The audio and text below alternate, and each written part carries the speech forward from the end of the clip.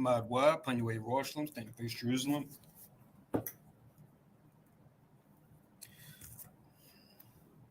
Blessing of the Feast of Purim.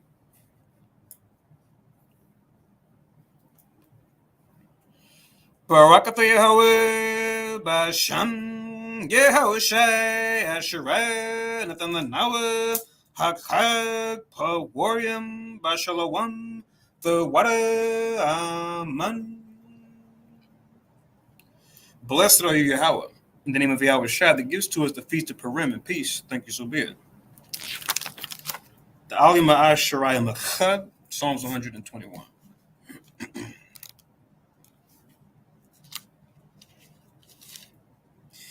Anya Harayim Naimya Oh Harayim Mayan Yabawa Azaria Yabawa Maya Hawa Shashab Shemayim Warataza La Yanathan Lamawat Regalia Yala Yanawam Shashwamarka Hana La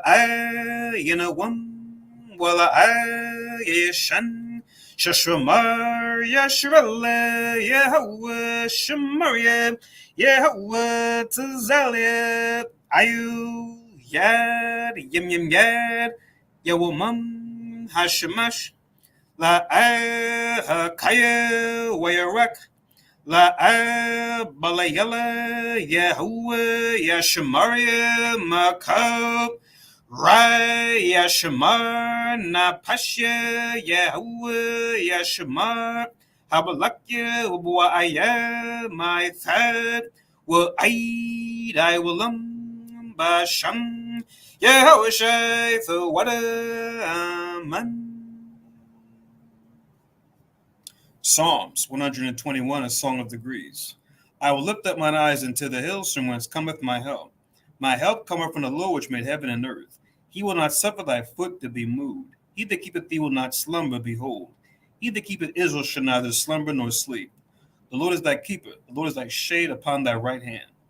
The sun shall not smite thee by day, nor the moon by night. The Lord shall preserve thee from all evil. He shall preserve thy soul. The Lord shall preserve thy going out and thy coming in from this time forth and even forevermore. Amen. Shema Yisrael, hear, O Israel. Shema Yisrael, Yahweh, Allah Yahweh, Echad. Shema Yisrael, Yahweh, Allah Yahweh, Echad. Shema Yisrael, Yahweh, Allah Yahweh, Echad. Deuteronomy 6 and 4. Hear, O Israel, the Lord our God is one Lord. Amen. Tapala Yahweh, the Lord's Prayer.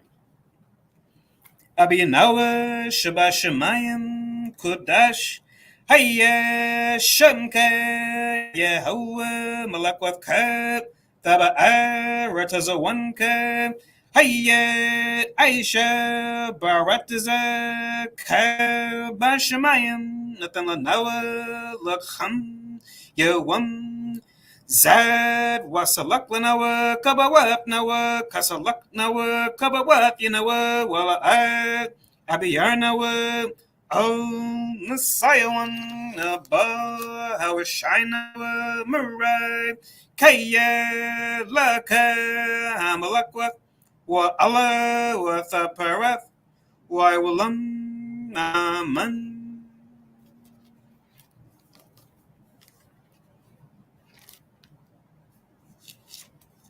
Matthew 6 and 9. After this manner, therefore, pray ye, Our Father which art in heaven, hallowed be thy name. Thy kingdom come, thy will be done on earth as it is in heaven. Give us this day our daily bread, and forgive us our debts as we forgive our debtors. And lead us not into temptation, but deliver us from evil. For thine is the kingdom, and the power, and the glory forever. Amen.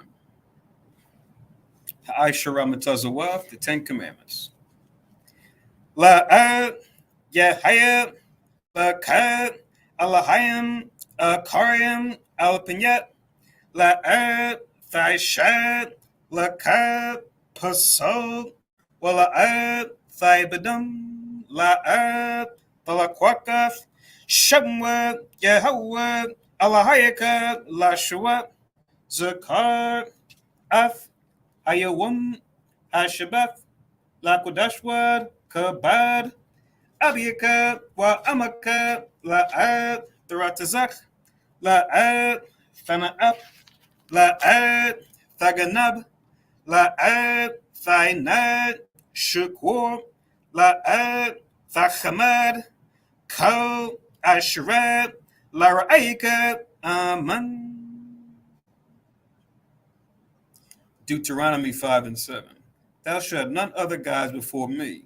Thou shalt not make thee any graven image, or any likeness of anything that is in heaven above, or that is in the earth beneath, or that is in the waters beneath the earth. Thou shalt not bow thyself to them, nor serve them. For I, the Lord thy God, am a jealous God, visiting the iniquity of the fathers upon the children unto the third and fourth generation of them that hate me, and showing mercy unto thousands of them that love me and keep my commandments. Thou shalt not take the name of the Lord thy God in vain, for the Lord will not hold him guiltless that taketh his name in vain. Keep the Sabbath day to sanctify it, as the Lord thy God hath commanded thee. 6 days thou shalt labor and do all thy work, but the seventh day is the Sabbath of the Lord thy God. In it thou shalt not do any work, thou, nor thy son, nor thy daughter, nor thy manservant, nor thy maidservant, nor thine ox, nor thine ass, nor any of thy cattle, nor thy stranger that is within thy gates, that thy manservant and thy maidservant may rest as well as thou. And remember that thou wast a servant in the land of Egypt, and that the Lord thy God brought thee out thence through a mighty hand and by a stretched out arm. Therefore the Lord thy God commanded thee to keep the Sabbath day. Honor thy father and thy mother as the Lord thy God hath commanded thee, that thy days may be prolonged, and that it may go well with thee in the land which the Lord thy God giveth thee. Thou shalt not kill, neither shalt thou commit adultery, neither shalt thou steal, neither shalt thou bear false witness against thy neighbor, neither shalt thou desire thy neighbor's wife, neither shalt thou covet thy neighbor's house, his field, or his manservant, or his maidservant, his ox or his ass, or anything that is thy neighbor's. Amen. Yeshabwa, be seated.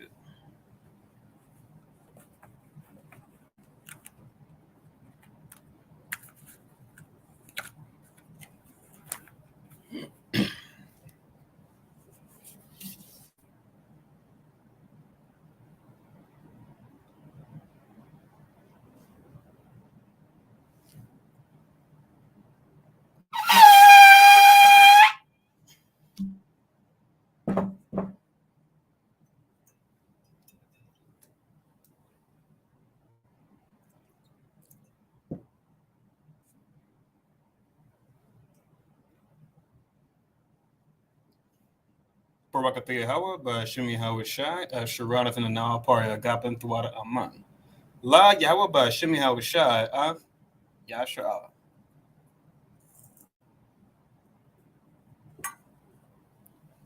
English translation.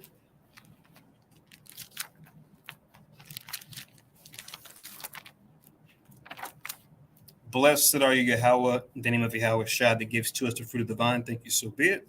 To Yahweh, in the name of Yahweh Shai, with Israel.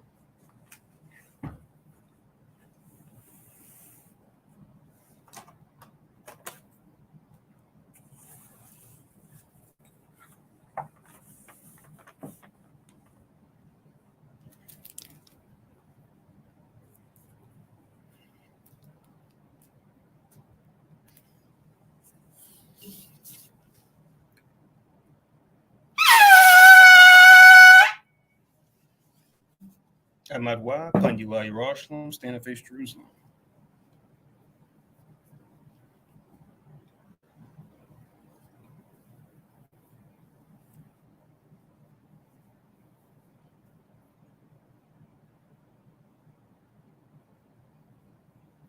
Barakatha Yahweh, Haggadah, Rakawam, Abiyar, Wanawa'ah, Aliyawan, Malak, Shal, Shemayim, Warataza, Wakab, Dabarium, Kayayam, Wagam, Hamashayak, Ma Yahweh, Wanawa, Hamnawa, Hapalat, Yawa Aitaza, Yahawashai, Zakarnawa, Yahweh, Baratazawan, Ainka, Yasha'ala, Zarnawa, Bana, Wasa, Yasha'ala, Oh, Nanawa, Yem Yen, Aitha, Kayawamyam, Makwadam, Babakusha, Shalak, Mike Allah, Watazawadak, Alahayam, La Maganawa, Raparnawa, Washamar, Alnawa, Bakur, Shalak,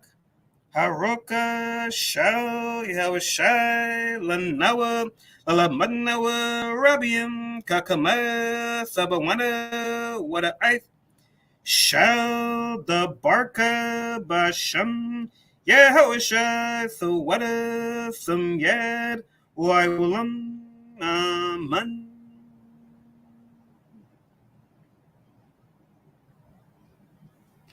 English translation. Blessed are you, Yahweh, the great, merciful, mighty, terrible, most high power, King of heaven and earth and all things living, and also anointed from Yahweh, our Lord, our friend, and wonderful counselor, Yahweh Shai. Remember us, Yahweh, favorably your people Israel. Help us build and gather Israel, Most High, we beg you, right now, like the days of old. Please send Michael and the righteous powers to protect us, heal us, and watch over us. Mainly send the Spirit of Yahweh Shai to us to teach us much wisdom, knowledge, and understanding of thy word. In the name of Yahweh Shai, thank you, always and forever, so be it. Repeat the Hebrew only. Blessed are you, Yahweh, in the name of Yahweh Shai that gives to us the law. Barakatah Yahweh, Ba'ashem Yahweh Shai, Asherat, Lathan Hatawarat. Blessed are you, Yahweh, in the name of Yahweh Shai that gives to us light to see.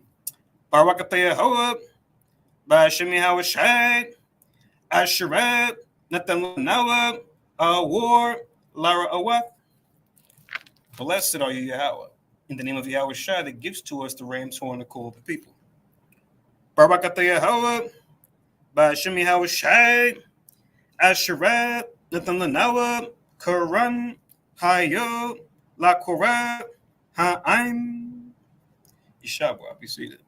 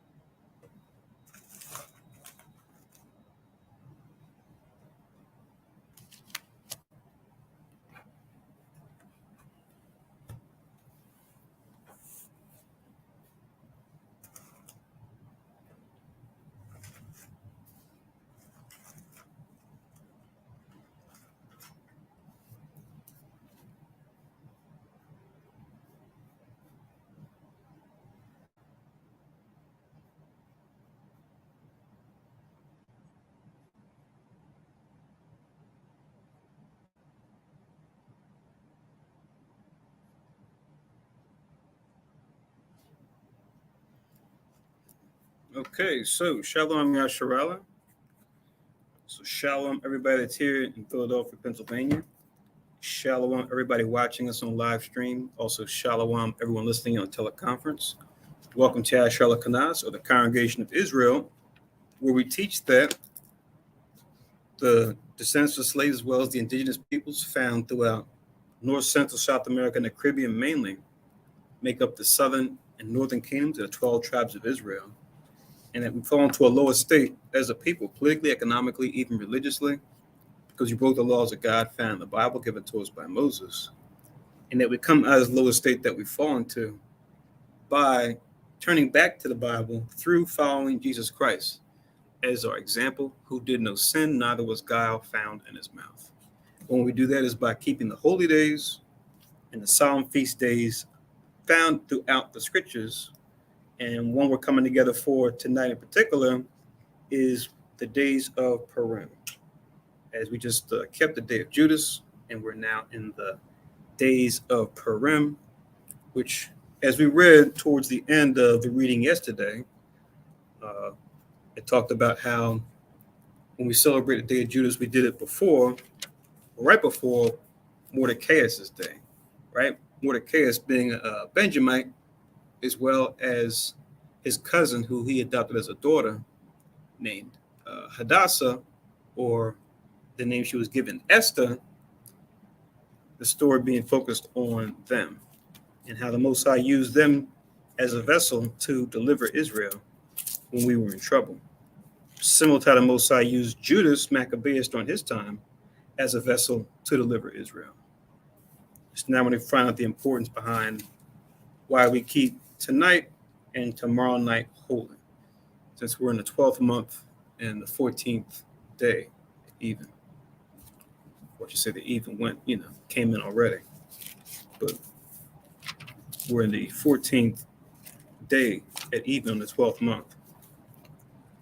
But I'll just read this verse again. This going back to what we read yesterday in 2 Maccabees, where it's mentioned. So this is 2 Maccabees 15 and 36.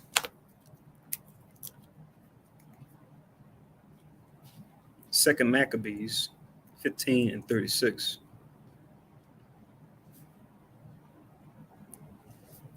Just in the Apocrypha, which if you don't have a Bible, has Apocrypha in it, looks like this. The particular version is the Authorized King James Version. It's the one we read from. 2 Maccabees 15 and 36, which reads, "And they ordained all with a common decree that in no case to let that day pass without solemnity, but to celebrate the 13th day of the 12th month, which is in the Syrian tongues called Adar, the day before Mordecai's day." That's what we kept yesterday, the day of Judas.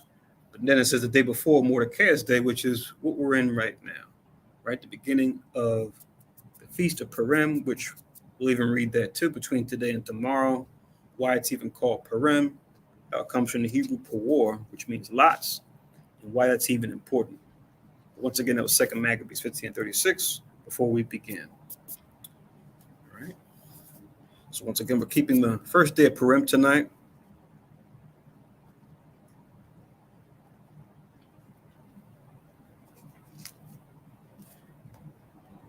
And we'll bounce around a little bit between Esther in the statistics books as well as Esther found in the Apocrypha as we go back and forth. My name is Nabia Zerubbabel. I had the pleasure of going through the service for you this evening. And just write down for your records as you take notes that today, according to the Gregorian calendar, it's March the 14th, 2022. Then according to our calendar, it would be the 12th month and 14th day. Since yesterday was the 13th day, today would be the 14th day, like we just read in 2 Maccabees 15. Okay. All right. So for our first reading, we actually want to start in the Apocrypha first. which we're going over this order, more than once. But as you go back and forth, you'll see how the story or the record goes in a sequential fashion. Even though we might go read a little bit here in 6 books, read a little bit in the Apocrypha. But what we begin with, it's even helpful too if you make a note of it, like I put it on a 3x5 card, but if you have a Bible that you write in, you just write it in the borders. So above like your Esther chapter 1, you can just put it in your notes there to make it easy to read as you go through it until you get familiar with the order, right? So before we even go into the book of Esther and the 66 books, first we want to go to Esther and the Apocrypha.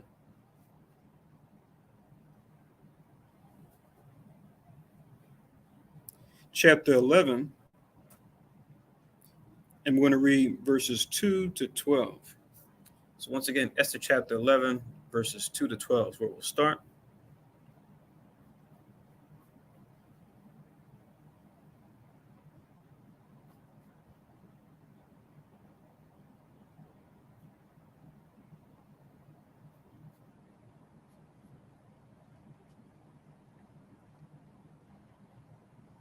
So Esther chapter 11, verse 2 to 12, and it reads,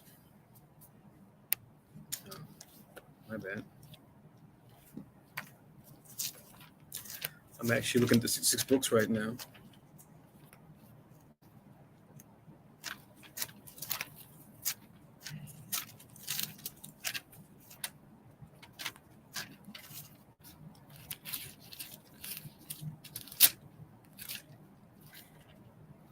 So it's right after Judith, and it's right before Wisdom of Solomon, where it says the rest of the chapters of the book of Esther.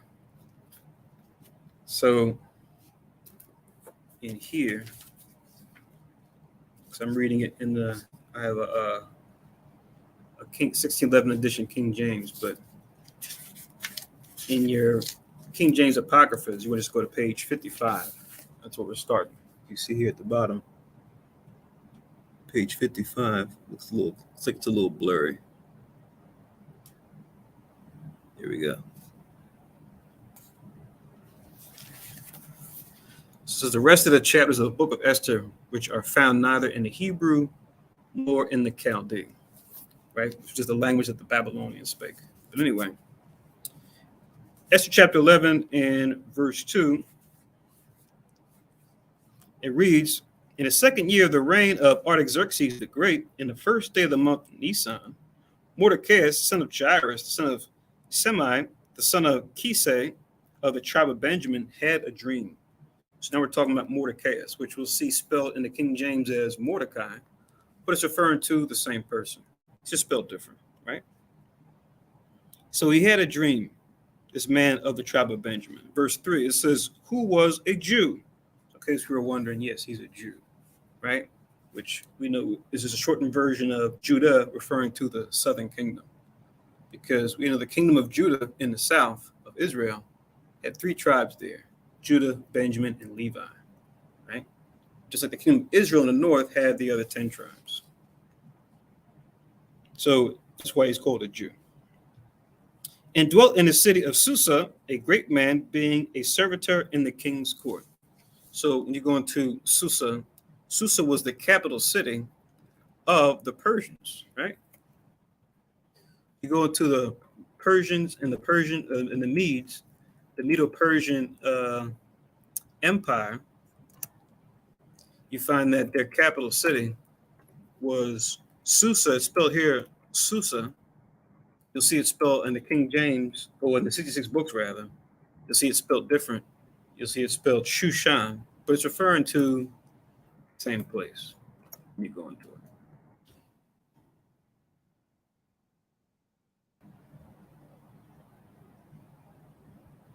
And you also see it called the Achaemenid Empire too. When you do certain research, it'll call it that as well.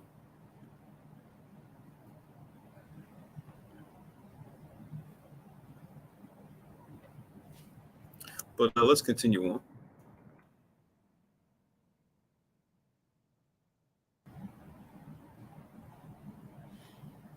So it reads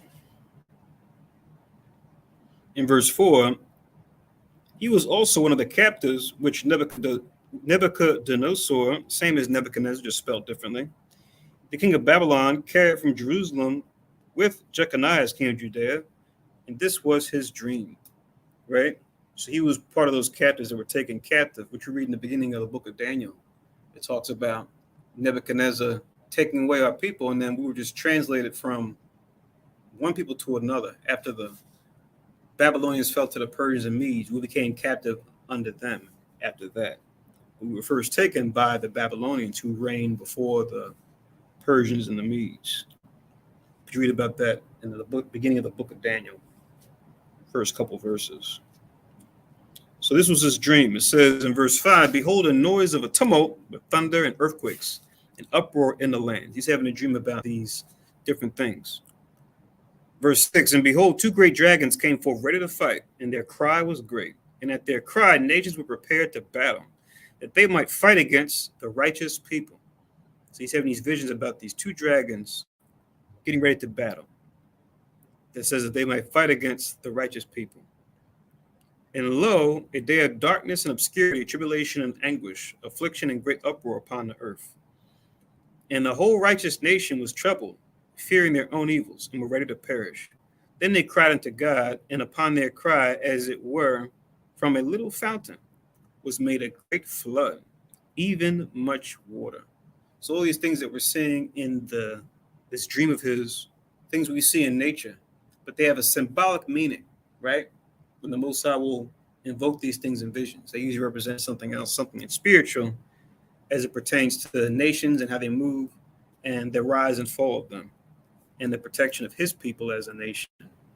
But all these things are that Mordecai is seeing in his dream are significant when it comes to this. But reading on, it says,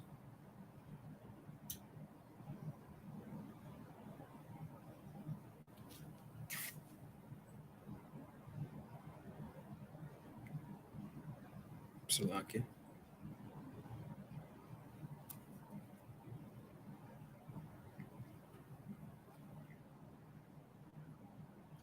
Verse 10, then they cried unto God, and upon their cries were a little fountain. I read this.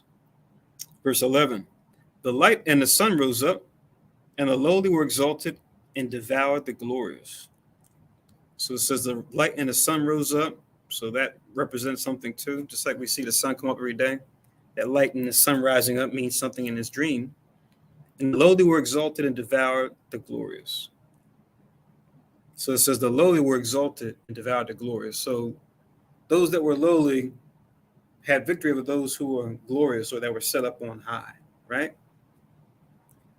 It says, now when Mordecai had seen this dream and what God had determined to do was awake, he bare this dream in mind until night by all means was desirous to know it. So he had a vision, but it wasn't broken down for him. But he saw all these things. He's trying to make sense of it. So as we go through that story, or this story of Esther, between today and tomorrow, we'll get more insight into what this dream represents and how it pertains to the events that he would undergo, right? As part of what a major event as it pertains to Israel and what we had to go through, or what our experience will be during this time being in the Persian Empire, namely in Susa or Shushan, where they're at.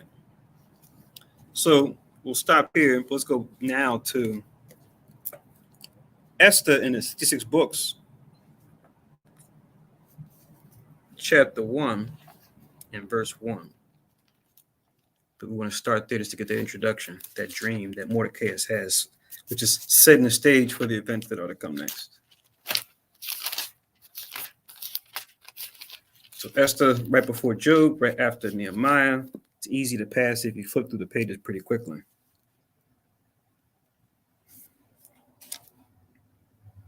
So Esther chapter 1 and verse 1. And we'll just, like I said, we'll just go through the story mainly. We'll pull some links here and there, but we want to make sure we go through the fullness of the story for sake of time.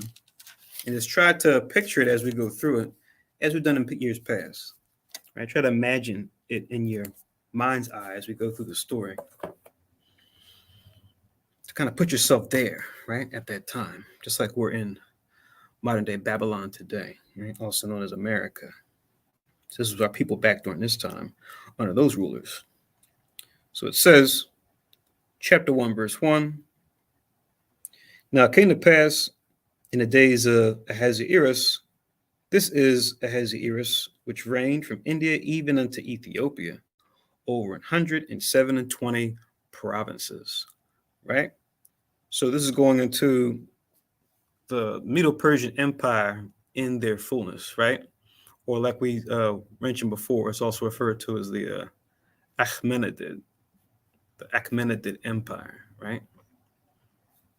This is going into the fullness of this empire and its different borders.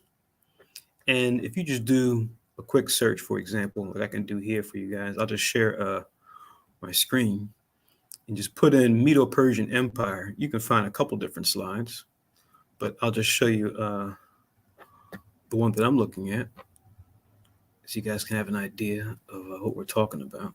Let's see here. If I just go into a search, here's a nice one here where you'll see some of the names of the regions of those provinces. You'll see right here where my mouse is. This is where Shushan or Susa was, right around here, right above the Persian Gulf. You see, went over into India where the Indus Valley was. That's where you see the Indus River. But it went as far west as Egypt. So they had all this, of course, Greece as well, right? Because what would happen later on is that the Greeks, first the Macedonians, would unite all Greece, and then they would be the ones to take out this empire next, right? But right now we're in the time of Susa and the Medo-Persian Empire.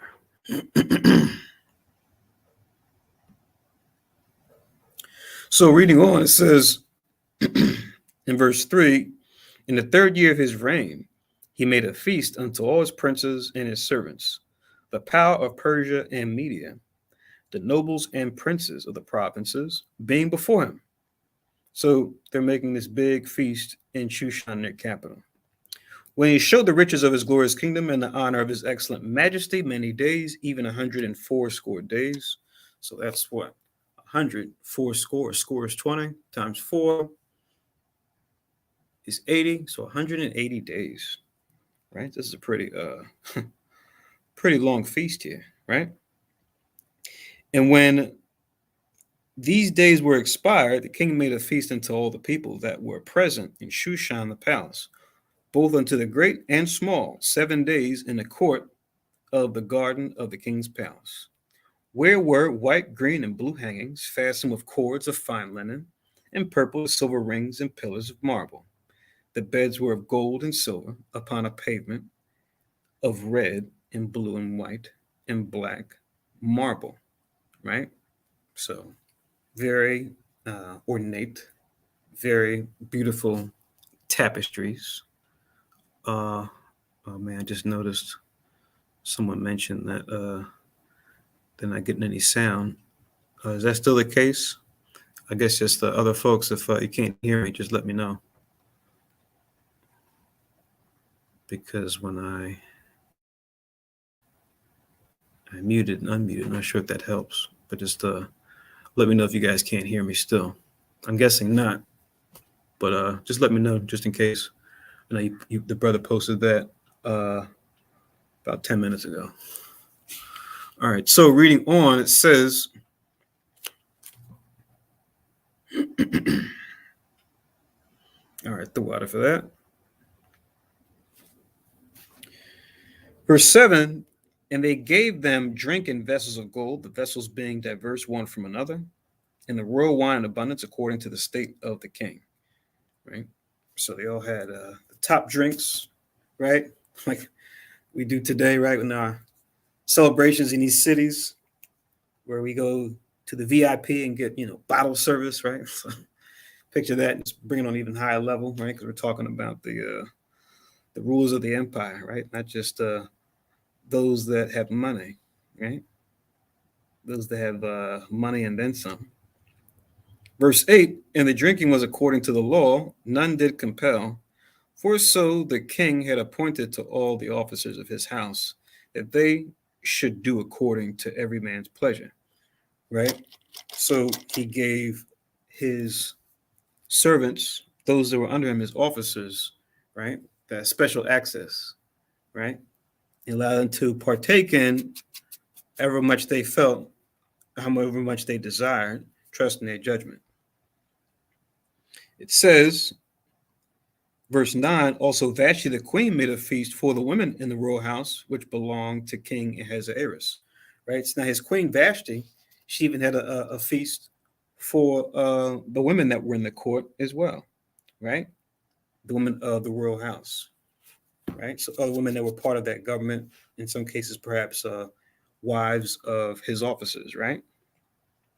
It says in verse 10, on the seventh day, when the heart of the king was merry with wine, so 7 days have gone by in this feast, like we were reading about back in verse 5.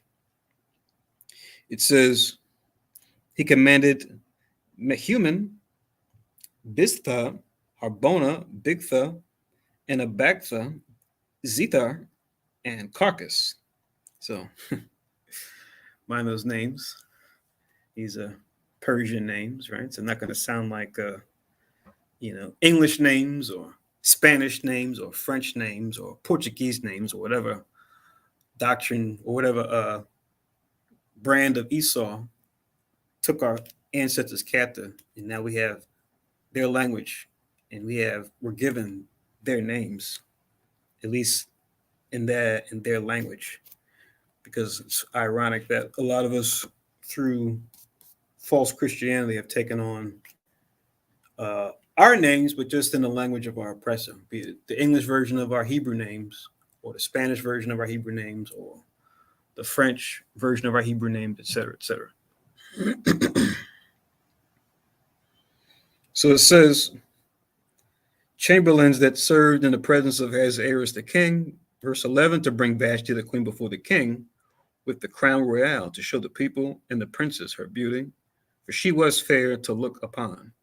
But the queen Vashti refused to come at the king's commandment by his chamberlains. Therefore was the king very wroth, and his anger burned in him. Right? So he summoned for her to come, but now for one reason or another, she didn't come. It doesn't tell us why. We just know she didn't. But it says that he was angered, and his anger burned in him. But let's see what happens, right? Because this is like a public event, so it's not like something that happened, in private. It's something that happened in the open, to where everybody was aware. Those that were in the court, him and all his officers, and even the people at large, right, that were there too. Verse 13, then the king said to the wise men which knew the times, for so was the king's manner toward all that knew law and judgment. And the next unto him, so he had his officers and his counselors, right, who, kept their ear to the ground, had a pulse of what was going on and what the, as you would say, the attitude and the culture of the people was at that time, right? That's what it's talking about here. Like you have today in our different governments, you have people who, as they call them, kingmakers, who get behind their elected officials during their time of their campaign to craft slogans they're going to use and what they're going to say during their speeches and how they're going to address different audiences throughout the land when they go traveling. So they had people like that for that time too, that knew what to do, what to say. Verse 14, it says, the next unto him was Karshina, Shethar, Admatha, Tarshish, Meres, Marcina, and Memucan, the 7 princes of Persia and Media, which saw the king's face and which sat the first in the kingdom. Right? So these are his top princes, or princes means a chief. It's not always necessarily the son of a king. It can be, but not always necessarily. Right? So don't confuse Prince of Persia with the Prince of Persia that the angel was telling Daniel about. That was a different Prince of Persia. because we have princes on this first level of heaven, right, which is rulership. Then you have princes on that higher level, right, referring to principalities and powers, like it talks about in Ephesians 6 and 12. We're just talking about earthly powers at this point, howbeit being moved by those higher powers based on their decisions, but earthly powers nonetheless, earthly princes nonetheless. It says, verse 15, so they're all talking with each other and they're discussing what happened. Verse 15, what shall we do unto the queen Vashti according to the law, because she have not performed the commandment of the king Ahasuerus by the chamberlains? And Memucan answered before the king and princes, Vashti the queen have not done wrong to the king only, but also to all the princes and to all the people that are in all the provinces of the king Ahasuerus. For this deed of the queen shall come abroad unto all women, so that they shall despise their husbands in their eyes, when it shall be reported, the king Ahasuerus commanded Vashti the queen to be brought in before him, but she came not. Right? So Memucan is looking at the ramifications of this decision she made and how it's going to look. So this is part of wisdom that we have in the scriptures, but they understood this too when it comes to, as the man of a ruler, so are the people, right? So whatever happens at that highest level, right, could very easily trickle down, because the people are looking up to those in authority as the example. And even when you try to portray yourself as one way as a government, what you actually are, what you actually do, it will manifest itself one way or another throughout the country that you have rule over and your subjects, whether it was back then or now. So to link with 1 and 17, we talked about it before, but we'll just read it again. But this is in the book of Proverbs.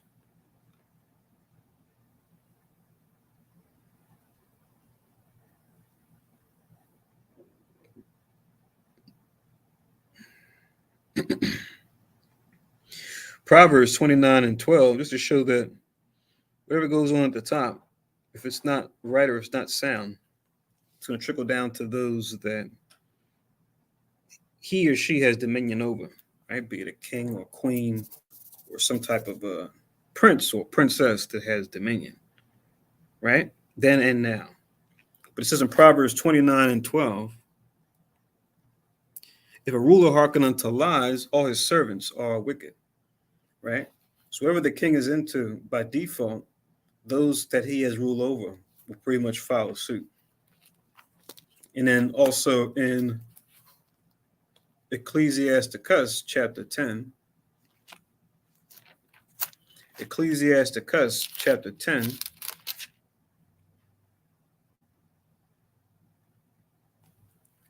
we'll read 1 to 4. Ecclesiasticus chapter 10 and verse 1, it reads, a wise judge will instruct his people, and the government of a prudent man is well ordered. Then it says, as the judge of the people is himself, so are his officers, right? So the way Ahasuerus is and how he's received, his officers are going to be received the same way. And what manner of man the ruler of the city is, such are all they that dwell therein, right? So the scriptures talk about this, as we see even Memucan making mention of this too, right? That the people are going to be a reflection of what the rulers are, first of what they perceive them to be, but then really what they actually are in the end. Then it says in verse 3, an unwise king destroyed this people, but through the prudence of them which are in authority, the city shall be inhabited. So if you do right and do wisely as a ruler, your people are going to benefit. But if you don't do right by them and don't deal wisely with the resources you have at your disposal, right? The things you have to money, the things you have to, be a steward over. Like we talk about that when we read about the story of Joseph, and we see how during the drought, he became all powerful in Egypt. And you see each of those levels of power being used as a means of exchange. A wise ruler is going to use those things in times of surplus and also times of deficit to balance out and to leverage the country. Because you saw when you read that story, Genesis 47, first day, use the money to buy corn. Then when the money ran out, they went to the next level, which was resources, cattle in particular. And then once that ran out, then they said, okay, use your land as collateral to buy food. And he said, even yourself, use yourself as a human resource in what your value is. Use that as a collateral. So he didn't go and print a bunch of money like you see now with Esau when he has trouble. But no, Joseph made sure to always utilize something that actually had value, right? Not something that when you create more of it, all it does is to diminish its value, right? What they call inflation. So wise rulers going to wield those levels of power accordingly, right? Even in times of scarcity, times of austere times, I'll say. One more, verse 4, and we'll go back. Ecclesiasticus chapter 10 and verse 4, the power of the earth is in the hand of the Lord, and in due time he will set over it one that is profitable, right? So that power I mentioned as far as money, resources, land, people, right? It's all in the Most High's hand in the end. But the Most High says that what? While the nations play musical chairs, taking their turns at ruling this, he's going to give it over to one that's profitable in the end, which we know is going to be our Lord and Savior, Yahushua Mashiach, who the world calls Jesus the Christ, right? And we'll reign with him. Those of us that walk his path, walk his straight and narrow path, and do it to the best of our ability, and are considered worthy in that day, which we all are striving to do. See, that was Ecclesiastes 10 and 4. And you don't have to, we don't have to get it, but you can just, I made a reference to Genesis 47 as far as wielding power and wielding it at each level according to wisdom. You see them kind of listed there because that hasn't changed even to now, the time that we're in now. It's Genesis 47, and you could start at about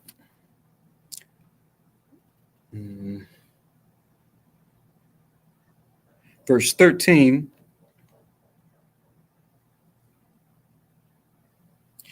Verse 13 down to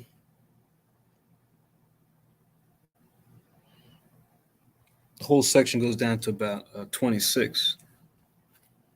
13 to 26 is the whole section. So, how Joseph was a wise steward, a wise resource manager, how he leveraged the resources to preserve the people during that time of famine, that austere time, as was shown him in a vision. Just like Mordecai had a vision, Joseph had that vision about 7 years of plenty, but then the 7 lean years to come after that. So a good thing to meditate on.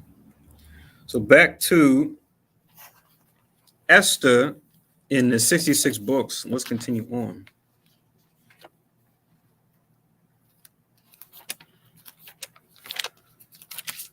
Ezra, Nehemiah, Esther. Here we go.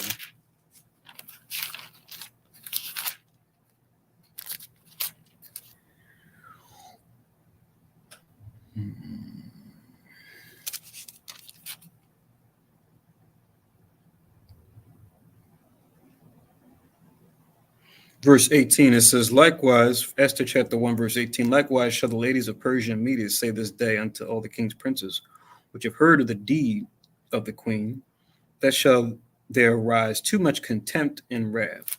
So it caused a division between men and women, right, that are together. That would continue and happen throughout the country, right? Then you had the whole country be in disarray, right?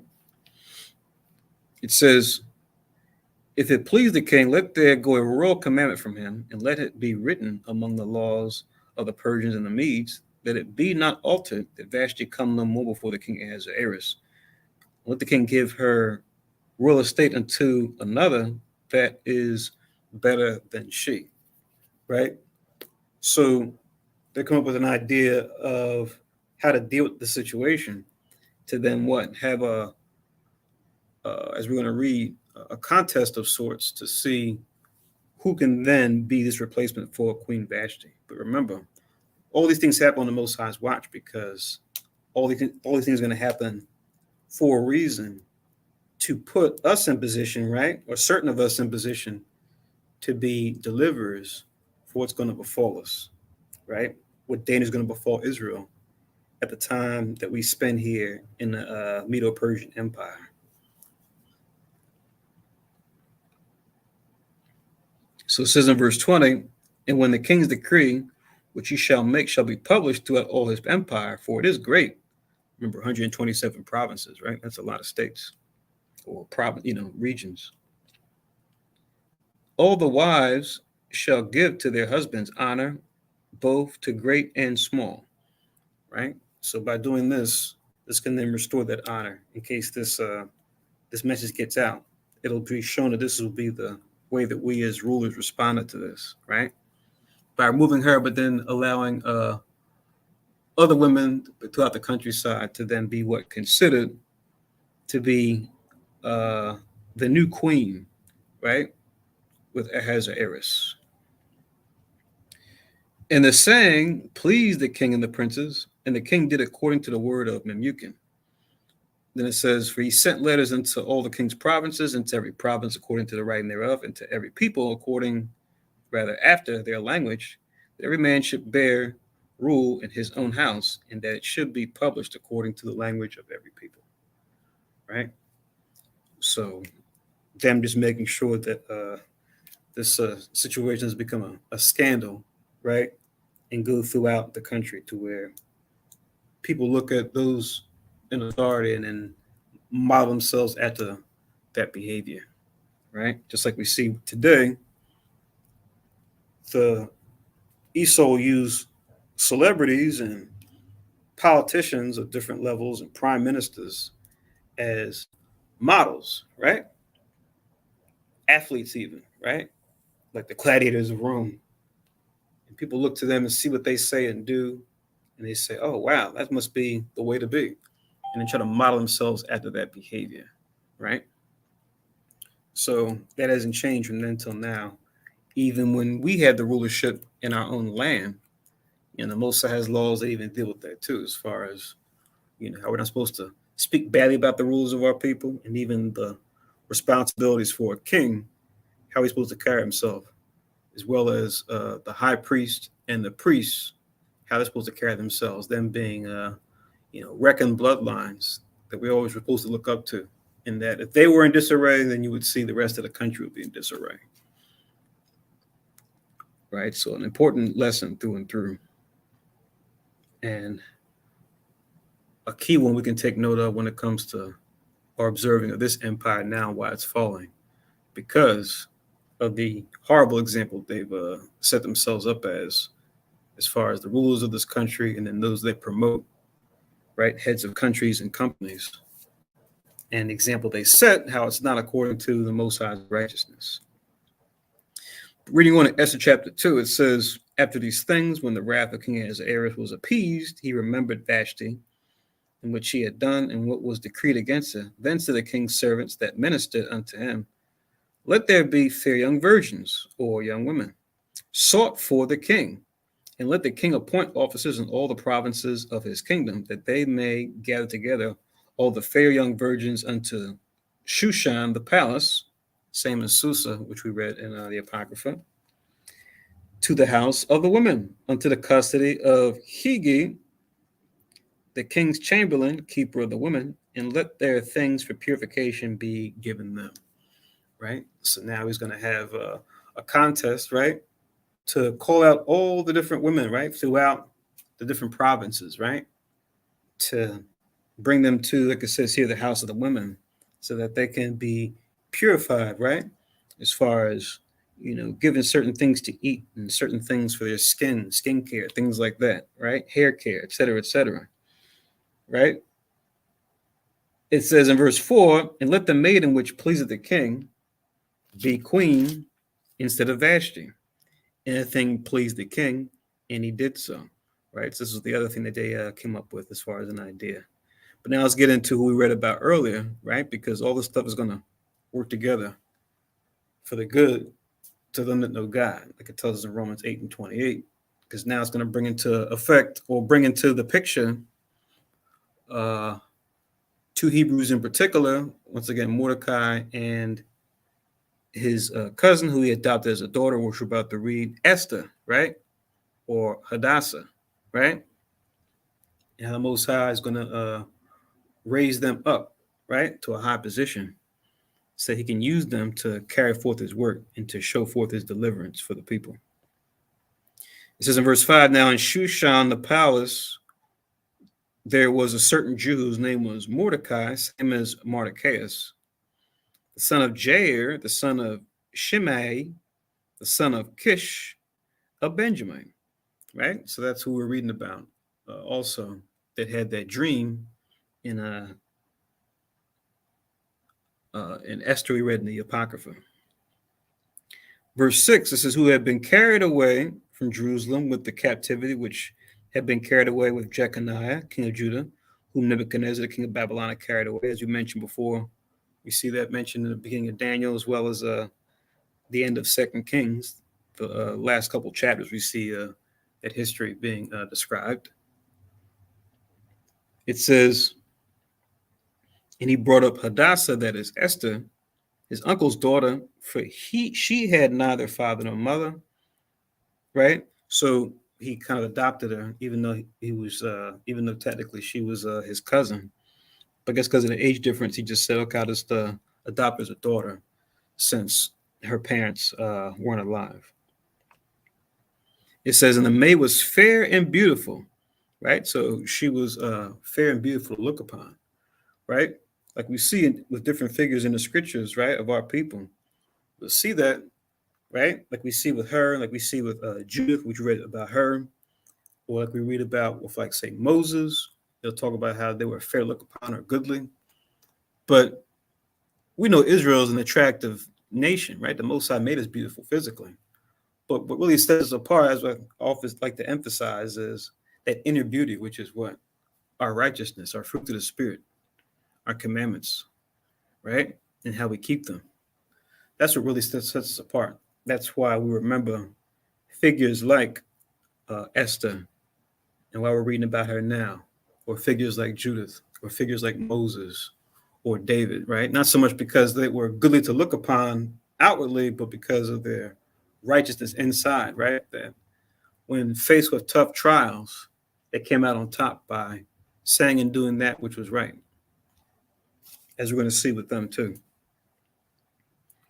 It says, whom Mordecai, when her father and mother were dead, took for his own daughter. That's what I was telling you. And it says in verse 8, so it came to pass when the king's commandment and his decree was heard, and when many maidens were gathered together unto Shushan the palace to the custody of Higi, or Higai, that Esther was brought also unto the king's house to the custody of Higi, keeper of the woman, and the maid pleased him, and she obtained kindness of him, and he speedily gave her things for purification, with such things as belonged to her, and 7 maidens which were meet or right to be given her out of the king's house.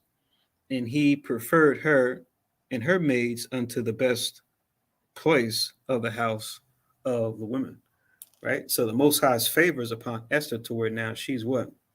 Held in high esteem amongst all these women that he's probably been dealing with, come from these different provinces. But then she now stands out, right, amongst all the other women, right? But not just for her outer beauty, but for her inner beauty, because I know we've all have witnessed this, where you see someone who might be outwardly beautiful, right, as she was, but then they open their mouth or they do certain things, and you just say, oh man, this person is not very intelligent, or not very polite, or they're not very humble, right? Or other things you see that makes makes them look lesser in your eyes, right? As attractive as they are, you just don't, you can't stand them, or you can only expect a certain thing from them, right? Because they just don't know what to do or what to say. And just but to have both going on, you know, that just makes it that much better. But that inner beauty, that inner righteousness, that's what we want. That's what we really want. And that's what really sets us apart. That's what allows us to be a part of that number, right? To be considered one of the Most High saints. But as we're going to read with Esther and Mordecai, they were both righteous men and women, right? But then it says, this is important in verse 10. It says, Esther had not showed her people nor her kindred, for Mordecai had charged her that she should not show it, right? So for this point, she hasn't revealed that she's a Jewess, right? Or a Hebrewess. So it's not really known what she is. And we can see that for certain of Israel, right? Where you may see Israel and they might have a certain look about them. You can say, okay, more than likely they're Israel as far as just the aesthetically, the phenotype. But then sometimes it might be hard to put a finger on when you see one of Israel. You might look at them and go, I'm not really sure. Are they one of us? Or are they, are they Elam? Are they Ham? Are they Ishmael? Are they something else, but not Israel? Because we're different shades of brown. And then our phenotype can sometimes look similar to other nations. So the way she looked, it was hard to pinpoint for sure unless she showed you, right? And showed, her family tree and whatnot.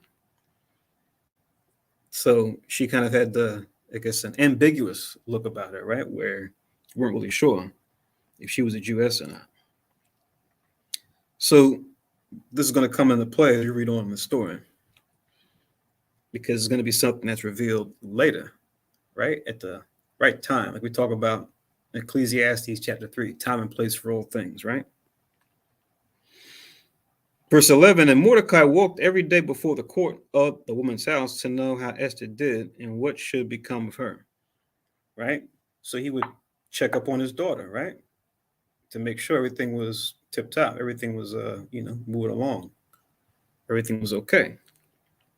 Now it says in verse 12, now when every maid's turn was come to go into the king, Ahasuerus, after that she had been 12 months, according to the manner of women, for so were the days of their purifications accomplished, to wit, 6 months with oil of myrrh, and 6 months with sweet odors, and with other things for the purifying of women. Right? So they went through, a real top to bottom makeover, right? That took some serious time, right? To where they're treated with all these special treatments, right? For their beauty, right? And for their health. Like I said, it kind of makes you think a little bit of what Daniel requested when he was under the Babylonians, as far as a sound diet of pulse and water, right? So that when they would be brought before the king, even though it was a much shorter period of time, but just by Daniel being mindful of his diet and knowing that he was on enemy lines, he couldn't really prepare the food. He said, okay, at least the Babylonians can't mess up pulse, which they would call it legumes, different types of legumes, and water. They can't mess that up, right? Let's just eat that, and that way, by the time we need to be presented, we will be shown forth to be, above others, right? We'll be more healthier and more intact than the other boys who just were raised up on the king's meat and his wine, right? Because the other nations, they don't. They don't take care of themselves like how we do with the laws that we have when it comes to clean and unclean meats and clean and unclean drink. It says in verse 13, then thus came every maiden unto the king, whatsoever she desired was given her to go with her out of the house of the women unto the king's house. In the evening she went, and on the morrow she returned unto the second house of the women, to the custody of Sheashgaz, the king's chamberlain, which kept the concubines. She came in unto the king no more, except the king delighted in her, and that she were called by name, right? It's now to see if she's going to be given that final selection, right? So we're getting close to the end of the decision, right? Being that is about to be made. Out of all the women that he's considered throughout the land. It says in verse 15, now when the turn of Esther, the daughter of Abihail, the uncle of Mordecai, who had taken her for his daughter, was come to go in unto the king. She required nothing but what Hegai, the king's chamberlain, the keeper of the women, appointed. And Esther obtained favor in the sight of all them that looked upon her. So Esther was taken unto King Ahasuerus unto his house royal in the 10th month, which is the month Tebeth, right? So that's another name that they would give it. We just call it the 10th month according to the number. But their name for it was Tebeth, just like the 12th month they called Adar. They called this Tebeth. In the 7th year of his reign, so even going into the year of his reign, and when this happened in this year, because this was a whole process, right? Like we read above in verse 13 about 6 months of this kind of treatment and 6 months of this kind of treatment, right? So that she's beautified in all different ways using special spices and herbs and oils and things like that, right? It says in verse 17, and the king loved Esther above all the women.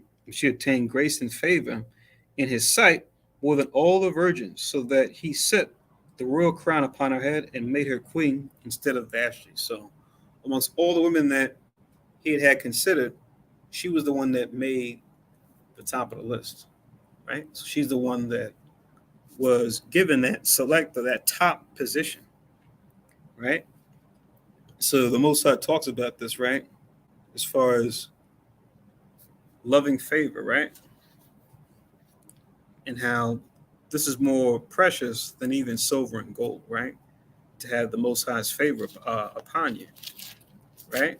Because the Most High can move you all throughout in different places, place you never thought you'd even come to. Especially if you grew up poor or needy, or just not someone that was looked upon like that in society, not someone that wasn't really a celebrity. The Most High can easily bring you into the limelight if he wants, right? Especially when you follow his righteousness. But you don't want to be famous just because, but it's not because the Most High is deciding to use you for something highly important. It's just something that's according to vanity. Because we have people of our nation that are famous, but it's according to vanity. They may get awards or different accolades, and they give a speech and say, "I want to thank God for this," but the God they're talking about is not the God of the Bible. That's why it says this in Proverbs 22 as it pertains to Esther. She's different. Proverbs 22 and verse 1, to link with 2 and 17. Proverbs 22 and 1, it reads, "A good name is rather to be chosen than great riches, in loving favor rather than silver and gold." Right?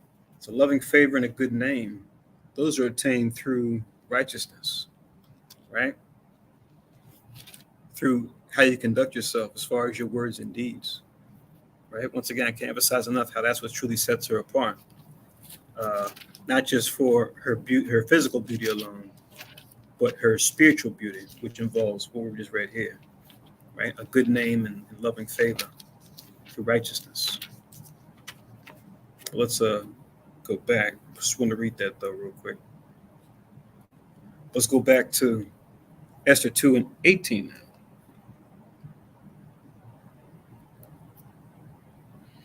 Then the king made a great feast unto all his princes and his servants, even Esther's feast, and he made a release to the provinces and gave gifts according to the state of the king. So we have our release. He did a release, right? Which is like if you were indebted to the king or to certain folks, he said, we'll make it a release to where it's almost like a gift. Where you can say, look, whatever was owed, whatever you had to pay, we're just going to waive it, right? To where you're not held to that burden, because it was a very joyous occasion. He was pleased to now have Esther as his new queen, right? So just his pleasure as a king is going to now trickle down to the rest of the people by him doing good things for them. Verse 19, and when the virgins were gathered together the second time, then Mordecai sat in the king's gate. Esther had not yet showed her kindred nor her people as Mordecai had charged her, for Esther did the commandment of Mordecai, like as when she was brought up with him, right? So even though she's amongst the king's court and amongst Ahasuerus, she still knows who she is. She knows she's a Jewess, a Hebrewess, and she loves and respects Mordecai, right, as her father figure. Even though they're technically cousins, but she still looks to him like a father and is taking his advice because he's coming from a place of righteousness as far as why he's telling her not to reveal that, at least at this point. Verse 21, in those days, while Mordecai sat in the king's gate, two of the king's chamberlains, Bigthan and Teresh, of those which kept the door, were wroth and sought to lay hand on King Ahasuerus. And the thing was known to Mordecai, who told it unto Esther the queen, and Esther certified the king thereof in Mordecai's name. When inquisition was made of the matter, it was found out. Therefore they were both hanged on a tree. It was written in the book of the Chronicles before the king. So this right here is an important event, right? Sometimes you may not, you might say something and do something, you, as they say, in the right place at the right time to prevent something from happening. In this case, it's for the king himself. So this was recorded, and this is going to come up later too in the story, right? The fact he was able to present this plot they had on his life. It just says they were wroth. It doesn't go into the details, but it just says they were wroth, and they wanted to take them out, right? Like you have in imagine, Secret Service, the White House, they're mad at the president for one reason or another, and they decide to, take matters to their own hands, try to take out the president. But then one of us is there, right, in the truth, and we're in the right place at the right time to hear the plotting, and then we expose it, and those men get, fired, arrested, what have you, right? So that's what happened here, and it was recorded because that's, like I said, it's going to come up later. So that was Esther 1:1 to 2:23. So now the next section is going to be in the Apocrypha again. We're going to go to Esther 12. I'm just going to read 1 to 6, and we're going to come back here.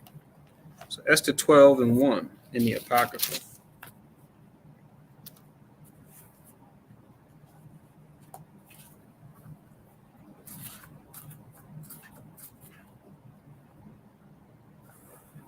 Page 55, right above, right after what we just read.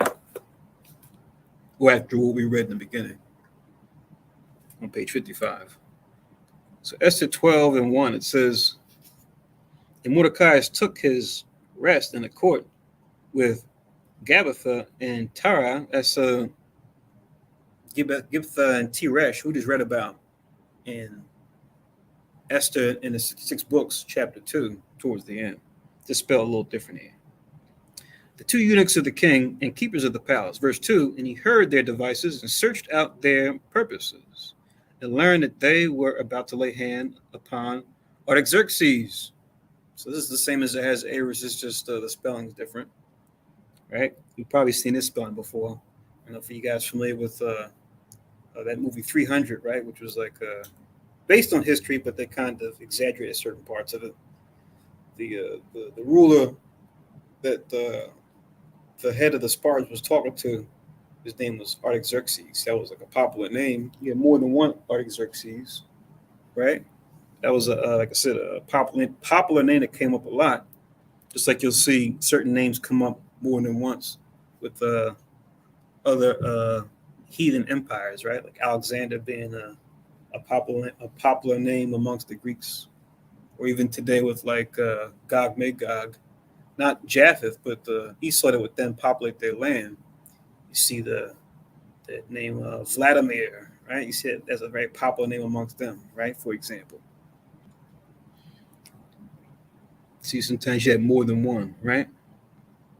And they might have like a surname, right? Something that's specific to them.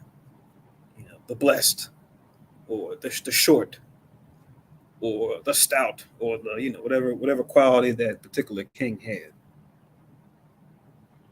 It says, the king examined the two eunuchs, and after that they had confessed it, they were strangled. We read in Esther chapter 2, they got hung on a tree. And the king made a record of these things, and Mordecai also wrote thereof, just like we read it. So the king commanded Mordecai to serve in the court, and for this he rewarded him. So he got a nice promotion there, right? to serve in the court after taking note of this thing. So the Most High, like I say, He can have us in the right place at the right time to say or do what's necessary, and that thing moves us forward, right? Like we see with the other prophets and prophetesses that came before, right? We see that happening here with Mordecai. Then it says in verse 6, howbeit Amon, the son of Amadath, Amadattus, the Agagite, this we're going to see him too in in Esther, in the 66 books. This is Haman. Here it just says Amon, but it's still referring to the same figure. And Amadatthus is what you'll see Hamadatha, the Agagite, which Agag was a family of Amalek, which was a family of Esau. Agag being actually the name of a king too, when you go back in time, during the time of Samuel and Saul, when you go into that history. Right? Who was in great honor with the king, sought to molest Mordecai and his people because of the two eunuchs of the king. Right?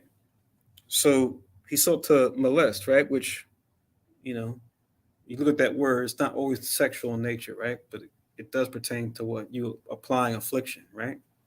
You trying to abuse someone, right? And however you're going to do it. And we're going to read about what he's going to do, which is going to be a heavy thorn in our side as a people. Let's go back to Esther chapter 3 now in the 66 books. Let's read on. Esther 3 in the 66 books.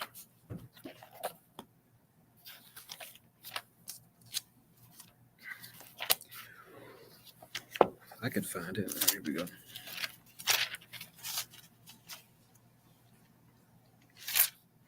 Chapter 3, verse 1, it says, after these things, the king Ahasuerus promote Haman, the son of Hamadatha, the Agagite, same as we read in Ecclesiasticus. Rather, I keep saying Ecclesiasticus. In Esther in the Apocrypha in chapter 12. And advanced him and set his seat above all the princes that were with him. So he's moving him up too, this other man of another nation. So this shows you too, whether it was our kingdom or other nations, sometimes they'll have nations that aren't part of that particular family be in high positions, right? Even during the time of David, right?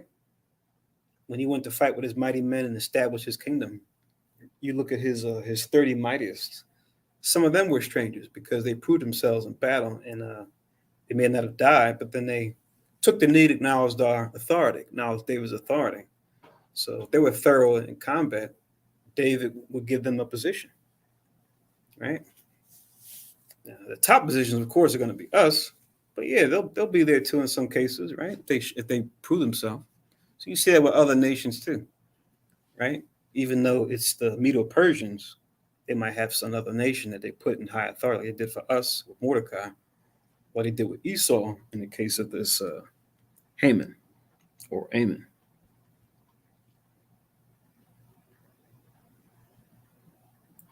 It says in verse 2, Esther 3 and 2, and all the king's servants that were in the king's gate bowed and reverenced Amon, for the king had so commanded concerning him.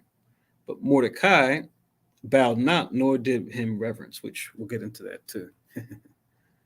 Why he didn't bow to this man, right?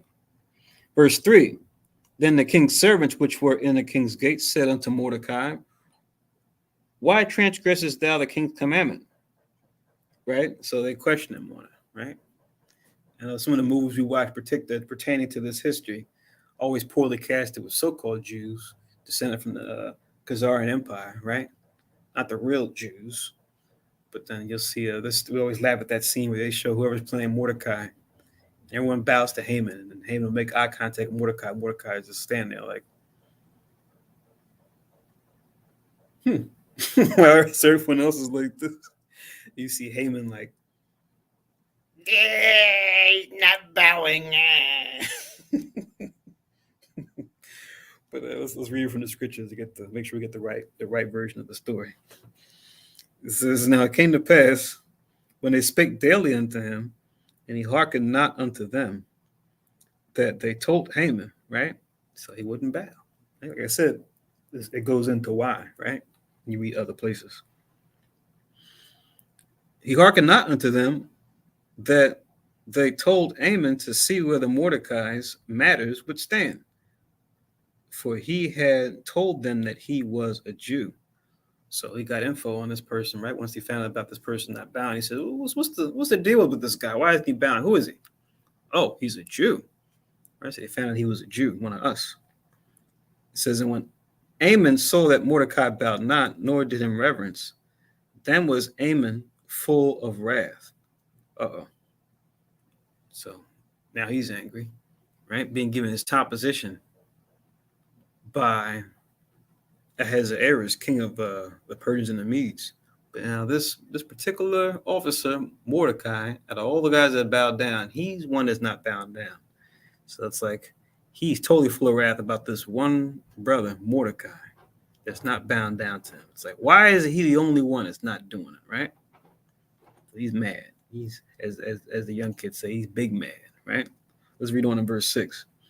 He thought scorn to lay hands on Mordecai alone, for they had showed him the people of Mordecai. So we see some wisdom here, some unspokens, right? Some implicits, where the reasoning perhaps why he told Esther not to reveal her tribe, right, and what nation she came out of, right? Because now it's been revealed of him, and clearly we see this this Edomite, Agagite. He wants blood. He wants to get this guy, but not only him. Let's see what he tries to do. Verse 6, and he thought scorn to lay hands on Mordecai alone, for they showed him the people of Mordecai, wherefore Haman sought to destroy all the Jews that were throughout the whole kingdom of Ahasuerus, even the people of Mordecai. So he didn't just decide to come against Mordecai and say, okay, I got a problem with this dude. Now he had to go. He had to go for the gold. He had to go for the big kill. He said, I don't just want to take him out. I want to take out all the Jews. Right? So it just shows throughout history, the nations have had a problem with us. Right? At one time or another, they've had a problem with us, just like they do now. And we see the lengths that Esau's going now in these times to what? Not even allow us to call ourselves what we are, and then make himself into fake Jews. And how ironic that they came out of Amalek, right? It says, wherefore Haman sought to destroy. Okay, verse 7. In the first month, that is the month Nisan, another name that they use. We just call it the first month. Or you read in Exodus, we called it Abib or Abiyab, right? But they called it Nisan. In the 12th year of King Ahasuerus, they cast Pur, that is the lot. So now we're getting into the first mentioning of Purim, what we call Purim, which right here we see the root word of that is Pur, or in the Hebrew, Pawar, which means a lot. So it's like a chance. Today, a more common thing we might use now is like a die, right? You get, two die, each one having 6 faces, right? And you throw it and you get a number, right? That's an example of a lot. It's not the only way we did lots, but that's just a modern example of what we do now when we cast lots, right? To see what the number is, like if you're playing craps or something. But it says shooting craps. Cast Pur, that is the lot before Amon, from day to day and from month to month to the 12th month. That is the month Adar, right? That's the month that we're in now. So it landed around this time. Hence, we're keeping this holy day this time, but we're going to get more details as we read on. 8, and Haman said unto King Ahasuerus, there is a certain people scattered abroad and dispersed among the people in all the provinces of thy kingdom. And their laws are diverse from all people, neither keep they the king's laws. Therefore, it is not for the king's profit to suffer or allow them. So now he's creating a real big stink just because of Mordecai. He wants to create this whole dilemma and make us out to be some kind of villains throughout the kingdom of Persia and Medes. He wants to come against us as an entire people, right? echoing the Psalms 83, right, where the nations have come together. It was as where this individual case as far as him. They'll try to band together with other nations and go, yo, we got to do something about these Jews, right? They just won't leave us alone. They always got a problem with us, one time or another. And we know it's something that the Most High allows, because as a people we have to be obedient, and when we're not, the Most High will raise up nations to be a thorn in our side, right? To take us into captivity as a means of punishment, right? Like we did under the Babylonians, now under the Persians and the Medes.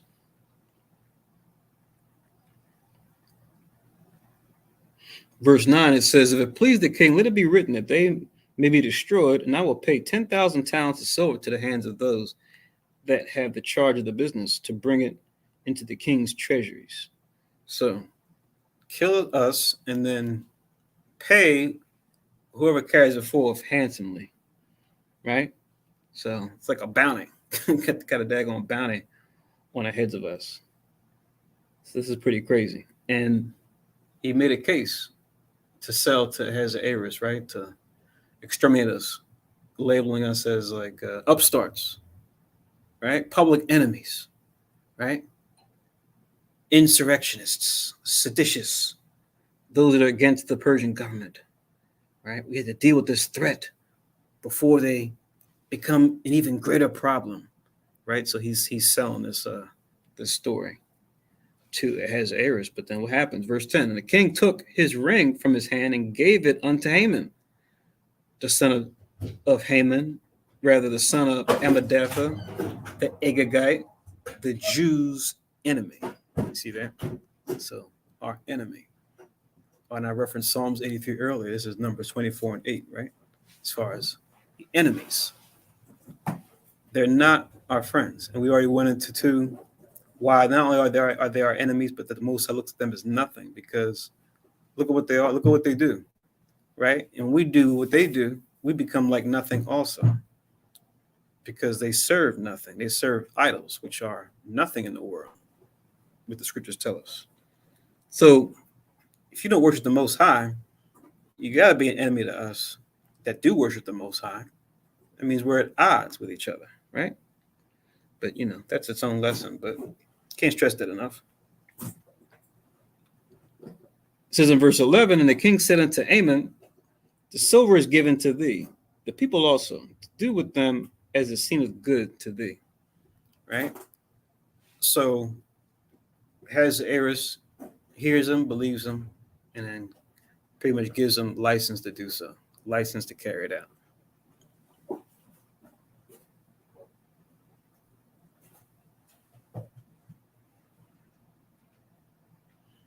Okay, I think I see a comment from Mount Desire. Okay, I'm not sure where that's coming from. This has anything to do with what we're talking about here. I'm talking about any nation who's not the 12 tribes.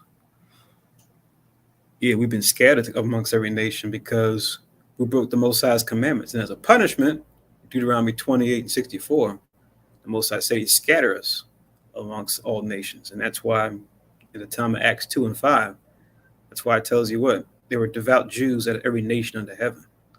So we were scattered, and then those of us that were scattered, you had some of us that were following the Most High's righteousness, right? So I'm not sure if something I said was misunderstood,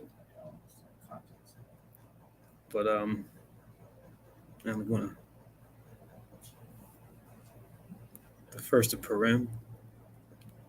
Okay, maybe we could discuss it over the phone, or perhaps afterwards if you have some time, brother, because I'm not really sure I'm getting your argument. I want to make sure I understand it clearly.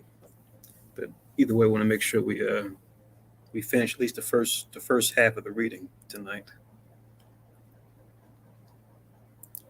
But reading on, it says, and the king said unto Haman, the silver is given to thee, the people also to do with them as it seemeth good to thee. Then were the king's scribes called on the 13th day of the first month,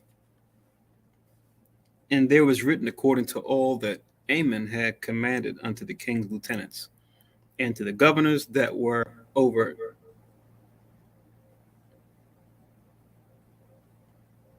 every province, and to the rulers of every people, of every province according to the writing thereof, and to every people after their language.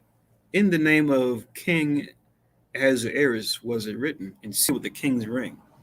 So it's got the seal of the king's ring to show he signs off on it, and they can read it in a language that they can understand. Kind of like today, where you see like a certain pamphlets, right, promoting a certain leader or a certain law that they want to pass in America, or promoting a certain politician that wants to pass certain laws that's trying to run for office, whether it be city government or state government or federal. You'll see it translated into different languages, right, so that they can reach out to different constituents, right? Like when we had was it Barack Obama, right, running for president? You had in English, yes we can. That was his watchword, his slogan. But then for Israel that spoke Spanish in America, right? They said they had the Spanish equivalent, the "si se puede," right? So you had the "si se puede" along with the "yes we can," right? So that you can get everybody on board, especially Israel, because those are like the language we speak the most, right? English and Spanish and French. Those are most of the languages that we speak, our people. So of course they had to get us on board with following Barack Obama as if he was going to be for us, and we saw that to be anything from the truth. That couldn't be anything further. That couldn't be any further from the truth. He actually was a leader for us. Yeah. Yeah, we had this discussion before. Guess it didn't. Guess he didn't receive it. But we could definitely talk about it.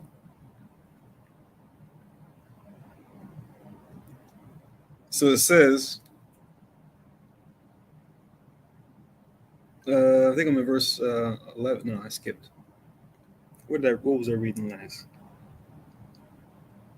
Oh, verse 13. There we go.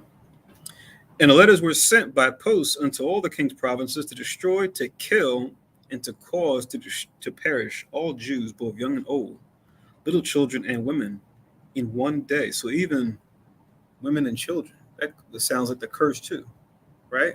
Where it says he's going to send a nation against us as swift as the eagle flieth, right? They're not going to have any regard for the young or the elderly. So here we go. True to form, Most High told us what he would have these nations do if we didn't follow him. But now it's a trial, it's a temptation to see what Israel's going to do. And he's got two righteous people, Esther and Mordecai, in a chief position to do something about it, right? To affect change to protect us on behalf of the Most High, right? The true change that we should believe in, right? Even upon the 13th day of the 12th month, which is the month Adar, and to take the spoil of them for a prey, right? So that's the time that we're in right now. So we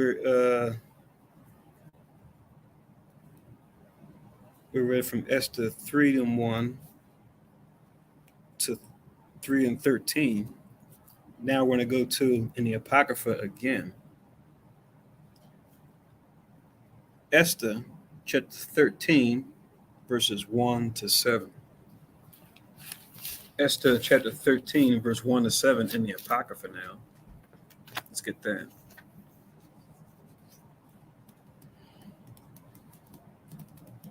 Just going into the details of this letter that we just saw being mentioned in Esther chapter 3 in the 66 books. So this is Esther 13:1. It says, in the Apocrypha,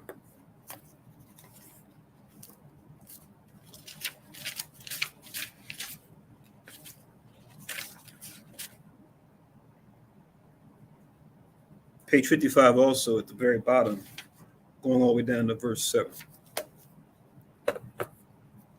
The copies of the letters was this: the great king Artaxerxes writeth these things to the princes and governors that are under him from India unto Ethiopia, in 127 provinces. That after I became Lord over many nations and had dominion over the whole world, not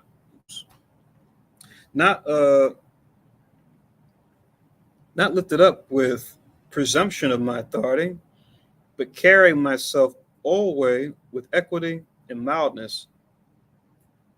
I purpose to settle my subjects continually in a quiet life, and making my kingdom peaceable and open for passage to the utmost coast, to renew peace, which is desired of all men. So, this is the right, what do you call it? The right idea, right? To try to have peace. Naturally, have rulership to establish peace. But we know that the scriptures tell us no nation, our nation included, can never have peace without the Most High's righteousness ultimately. All they can attain is quiet. And that quiet is going to be short lived, right? It won't last forever. Only you can have peace is what if you have righteousness too. And while it was the Medo-Persian Empire, it was their time to rule. They didn't rule according to righteousness. So that means that what? Their time had to come to an end.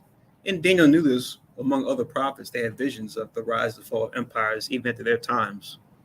But he's got the right idea. But now this is him writing this letter concerning what Amen has brought to his attention. Where, as you read it, you would say, oh, okay, this is Artaxerxes talking, but really it's Amen talking as if he's Artaxerxes, right? So it's like he's putting kind of like words in his mouth. He's the one kind of dictating what this letter is going to say. Verse 3, now when I asked my counselors how this might be brought to pass, Amen, that excelled in wisdom among us and was approved for his constant goodwill and steadfast fidelity. So we got Amen buttering it up, right?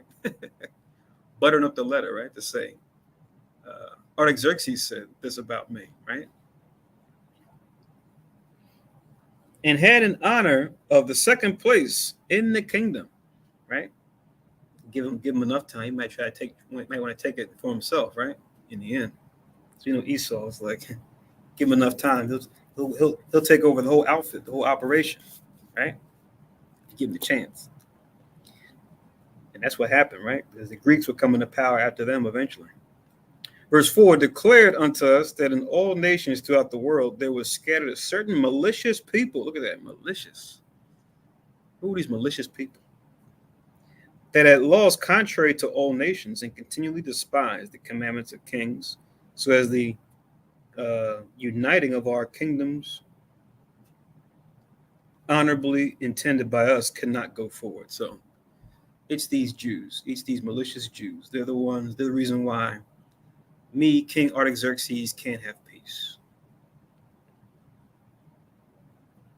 Seeing then, we understand that this people alone is continually in opposition unto all men, differing in a strange manner of their laws, and evil affected to our state, working all the mischief they can, that our kingdom may not be firmly established. So these guys got their own rules, their own laws. They don't care about your laws. They just follow their own laws, and these laws are against us. Not even give me examples of how our laws are against Artaxerxes and the Persians and Medes. Why can't we keep our laws under the Persians and Medes and just mind our business? Right? Why are they necessarily malicious to anyone else? Right? Can we get some examples? But no, he's not going to give examples. He's going to paint this broad stroke without any proof. Therefore have we commanded that all they that are signified in writing unto you by Amen, who is ordained over the affairs and is next unto us, shall all, with their wives and children, be utterly destroyed by the sword of their enemies, without all mercy and pity, the 14th day of the 12th month Adar of this present year. So hence why we come together now to celebrate Purim, because of this, as we're going to read, this thing, it didn't happen, obviously, because if it did, we wouldn't be here right now. So, spoilers, it doesn't work out that way in the end. That they who of old and now also are malicious may in one day with violence go into the grave, and so ever hereafter cause our affairs to be well settled and without trouble. So, this is Amon's attempt to pretty much write a letter on behalf of Artaxerxes to pretty much label us public enemy number one at that time, to say, yo, kill these cats. These guys are causing problems. And here's the day. We got a date where we're going to do it. So this is bad news. But let's go back to 66 books where we left off. So we only got one more section before we get to the end, for at least for today. Let's go back to verse 14 now. So now we're in Esther in the 66 books, chapter 3 and verse 14. The copy of the writing for a commandment to be given in every province was published unto all people, and they should be ready against that day. The post went out, being hastened by the king's commandment, and the decree was given in Shushan the palace. And the king and Haman sat down to drink, but the city Shushan was perplexed.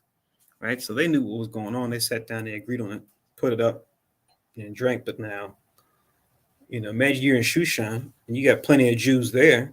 Probably work with them. You might be a stranger that knows Jews, might be co-workers with them, friends with them, right? And you're reading this letter, and you're going, wow, really? Interesting. Joab and Joab, so those guys are great, they do great work for me, right? Or they help me out with this, that, and the third, right?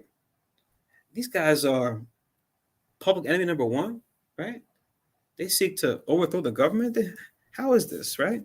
Others might be reading that and saying, yeah, I didn't like those guys, man, because these guys think they're better than us, man. They think they're so smart, they're so talented, and then that, even we're just doing what we do, trying to help. Other than they just can look at us and just be jealous and say, why do things come so easy to them, right? What makes them so special? And then they can have hatred. So, them reading that letter is just something to look forward to, because they wanted to get their way anyway. Now they have the carte blanche, as they say, right, to try to cause harm unto us. And we see that today too, right, with the way the media portrays us, right, and says, well, guilty until proven innocent, right? And just on the virtue of the color of our skin, the shape of our nose, and other features that we have, we're automatically defective, right? There's no hope for us. Even if we, go to their school and dress how they dress and talk how they talk and regurgitate all their information the way they like, it's always a moment. They're just waiting for that moment for us to make a mistake, to fall down, to say something that's they don't like, so they can point the finger and go, see, I told you, man, there's no hope for them. I told you there was always going to be a problem with these people, right? And now those people, what's that mean, right? So we see a similar sentiment against the modern day Jews now, even though they call us other names like black, but that's not our real name. We're not a color. But you see that same animosity towards us now in this time too, where no matter how much good we do, we're just defective in their eyes, right? We're less than, right? We might as well be beast of burden, animals, right? In just a matter of time before we revert back to our animal behavior, right? Now it's a BS, it's a lie, but it's something that they push, and it's all part of the curse, like Most High told us, Deuteronomy 28:37. Let me read on though. Chapter 4:1, it says, when Mordecai perceived all that was done, Mordecai ran his clothes and put on sackcloth with ashes and went out into the midst of the city and cried with a loud and bitter cry, and came even before the king's gate, and none might enter into the king's gate cloth with sackcloth. And in every province whithersoever the king's commandment and his decree came, there was great mourning among the Jews. So, yeah, you really don't come into the king's gate dressed in all kind of ways. Just like, you're going to go to meet with somebody, either famous or somebody that's in a high position.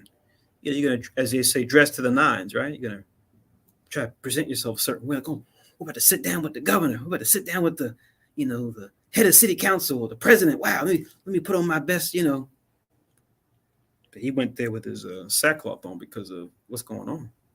It's a horrible situation, how we're being labeled. And this public execution date being set for him and all his people, our people. In every province whithersoever the king's commandment and the decree came, there was great mourning among the Jews, and fasting and weeping and wailing. And many lay in sackcloth and ashes, as that was our custom. We would do that when we were in dire straits to humble ourselves before the Most High, that we might obtain mercy. Then it says, so Esther's maids and her chamberlains came and told it her. Then was the queen exceedingly grieved, and she sent raiment to clothe Mordecai and to take away his sackcloth from him, but he received it not. Right. So now she's finding out what's going on, and she found out about Mordecai being in the gate. Normally he would be dressed better, but now he's dressed with sackcloth. So she said, "Well, send him some clothes if he needs them." But he didn't receive them. Then called Esther for Hatak. When it says he received it not, meaning he got it, but it was like he didn't put it on, because he's still going to wear his sackcloth to show that he's mourning. Then called Esther for Hatak, one of the king's chamberlains, who had appointed to attend upon her, and gave him a command to Mordecai to know what it was and why it was. Right? So to get the 411 of what's going on, right? So Hatak went forth to Mordecai into the street of the city, which was before the king's gate, and Mordecai told him of all that had happened to him, and the sum of the money that Haman had promised to pay to the king's treasuries for the Jews to destroy them. Right? So money is hired to exterminate us. So they got the funding, right?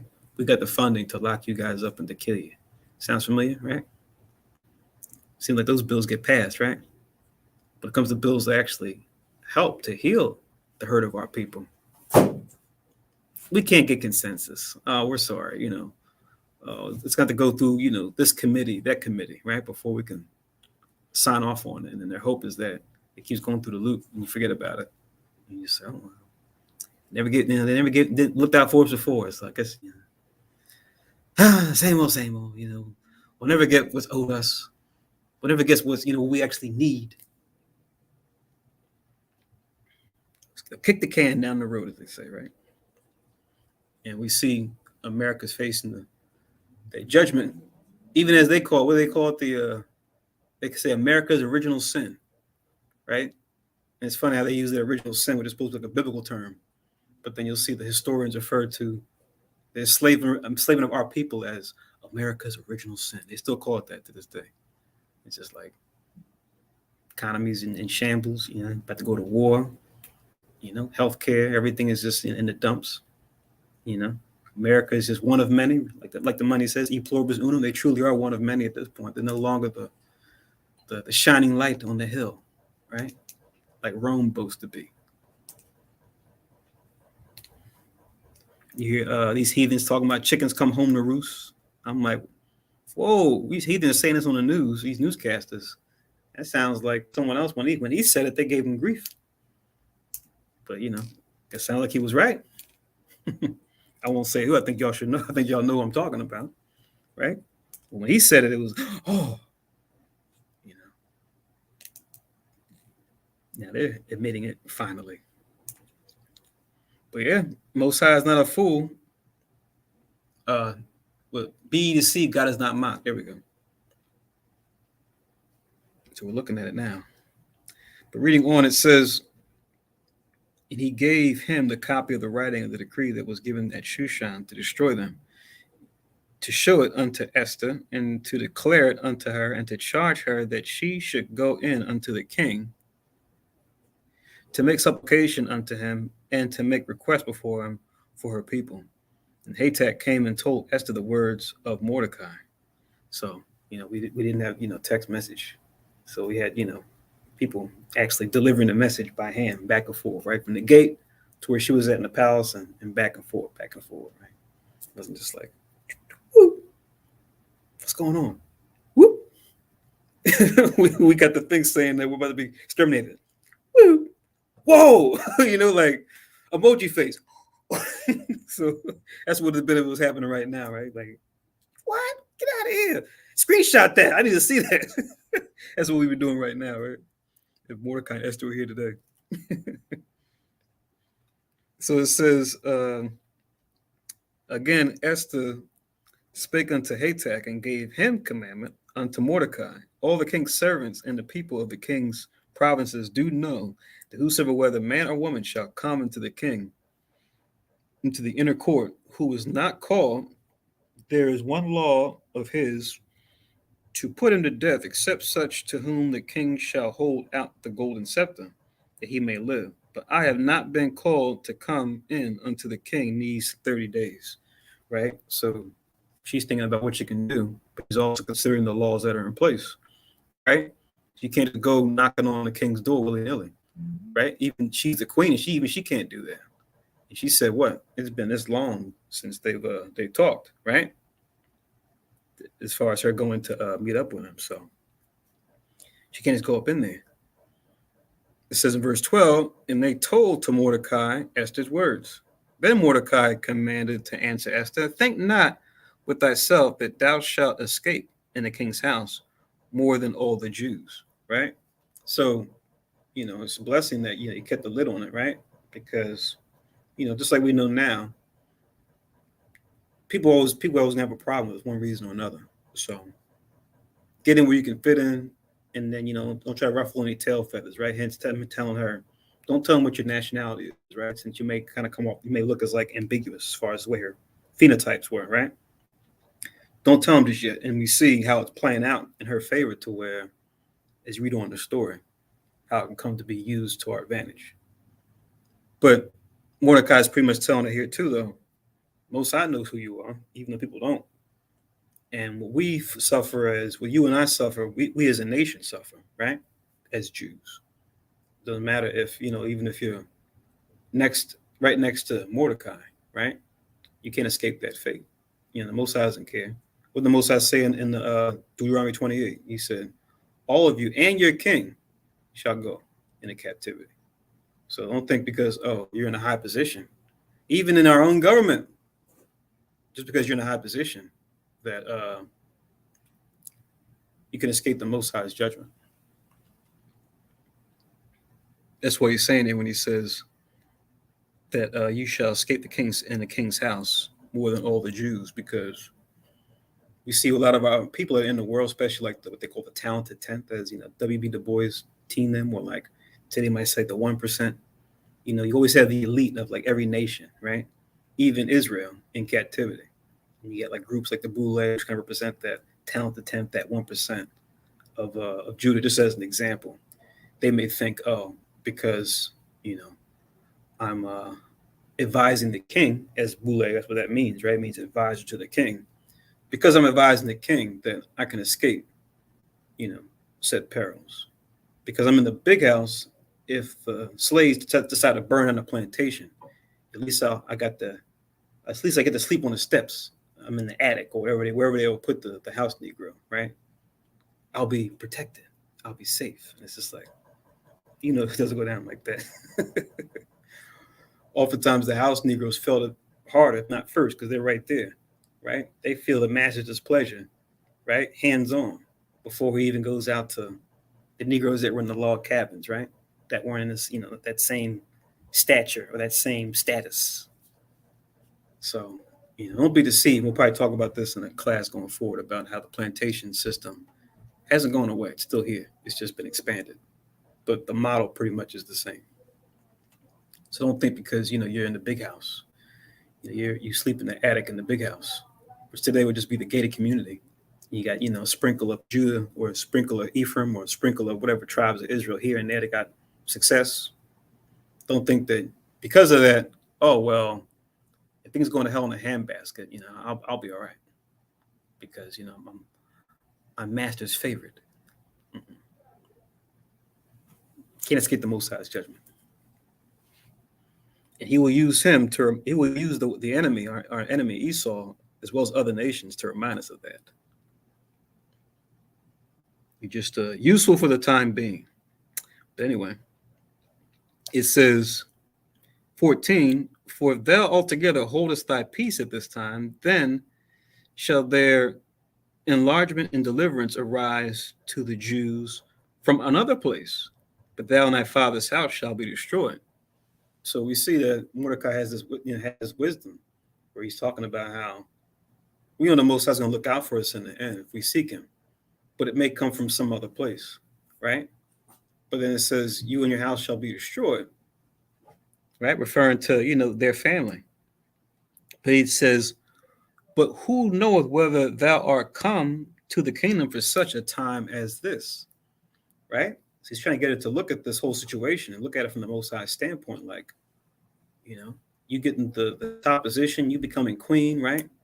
Perhaps all these things happen just for you to be that instrument of salvation for the people at this given situation. You know, and we need the Most High, right? We don't need Him. The Most High could use someone else, right, to deliver Israel. Just like us that are calling to the truth now, we may say, "Yeah, I'm doing the Most High a favor, by keeping the holy days and keeping the feast days, right? And going out and teaching and doing different things for the Most High." And it's like, no, you're doing yourself a favor by doing that. The Most High doesn't need us; we need Him. If He decides that he doesn't see favor in us anymore as individuals, He can easily raise up another brother or sister somewhere else and have them do the work that you were once doing, right? If He wants to do that. So be privileged or feel honored that He decides to use you as a vessel to do His work, right? And he's stressing that lesson to her here at this time, just to make sure that it's clear, right? Not to say she didn't consider it, but he's just putting it out there just to make sure, right? And then we see her response, right, which is very courageous in verse 15. Then Esther bade them return Mordecai this answer. Verse 16, "Go gather together all the Jews that are present in Shushan, and fast ye from me, and neither eat nor drink 3 days, night or day. I also, my maidens, will fast likewise. And so will I go in unto the king, which is not according to the law. And if I perish, I perish." Right? So she's taking into account what Mordecai is saying according to righteousness, right? And she says, you know what? Well, here's what we're going to do, right? We're going to fast, have everybody else fast too, 3 days and 3 nights, right? I have my maidens do the same thing. And I'm going to put my own life on the line. I'm going to go against the law, punishable by death, and go before the king, right? And if it's meant for me to die, then it's just meant for me to die. But I want to do that so I can go to the king to see if he can get us some kind of relief, so this doesn't happen to us. So like I said, very courageous thing she's doing here, right? To where, you try to put it in, any type of perspective here. It's like, we'll be afraid to speak up for much less now, right? Not so much your physical life being taken, but just say you losing some kind of, sponsorship, or losing the job, or, being ostracized, right? We talk about afflictions, right? Whether it be personal or possessions or physical, right? That physical affliction is the one that, where it hits directly on you, right? Where, you're being harmed, whether it be whipped or poisoned or beaten or just outright, shot, But those other ones will have people, give up the fight right then and there. I can't afford losing what I have. I can't do it. Or I can't afford losing my family and friends, and being outcast. Peer pressure, I can't do it. They leave on that. We see it happening right now with Israel's calling to the truth, but then they go back in the world because of affliction. And just like Christ told us in the parable of the sower and the seed, he says, when persecution or persecution or affliction arises, not affliction, persecution or something else. When that arises because of the word, by and by he is offended. And then when that happens, folks just say, you know what? Can't do this. Yeah, it's the right thing, but I don't want to go through the pain for the right thing that I'm being faced with. But she did. She went forward, straight ahead, straight way. So like I said, this is something we all can look at and be encouraged by, right? The courageous stance that she took. And like I said, it's a beautiful reminder that, there's no physical hiding from the Most High. There's no physical, protection you can get from the Most High. Like there's not enough money you can make to be insulated from the Most High. Because the nations have to learn this lesson super hard. But it's up to us to learn this lesson right here and now as God's people, right? That the ultimate protection comes to him, right? Regardless of whatever state we're in, no matter what position in society we're in, from up on high to down low, that our protection comes from him and only him. Just like Jeremiah tells us. I'll read this real quick before we close out because this is where we break. But this is Jeremiah 17. Jeremiah chapter 17.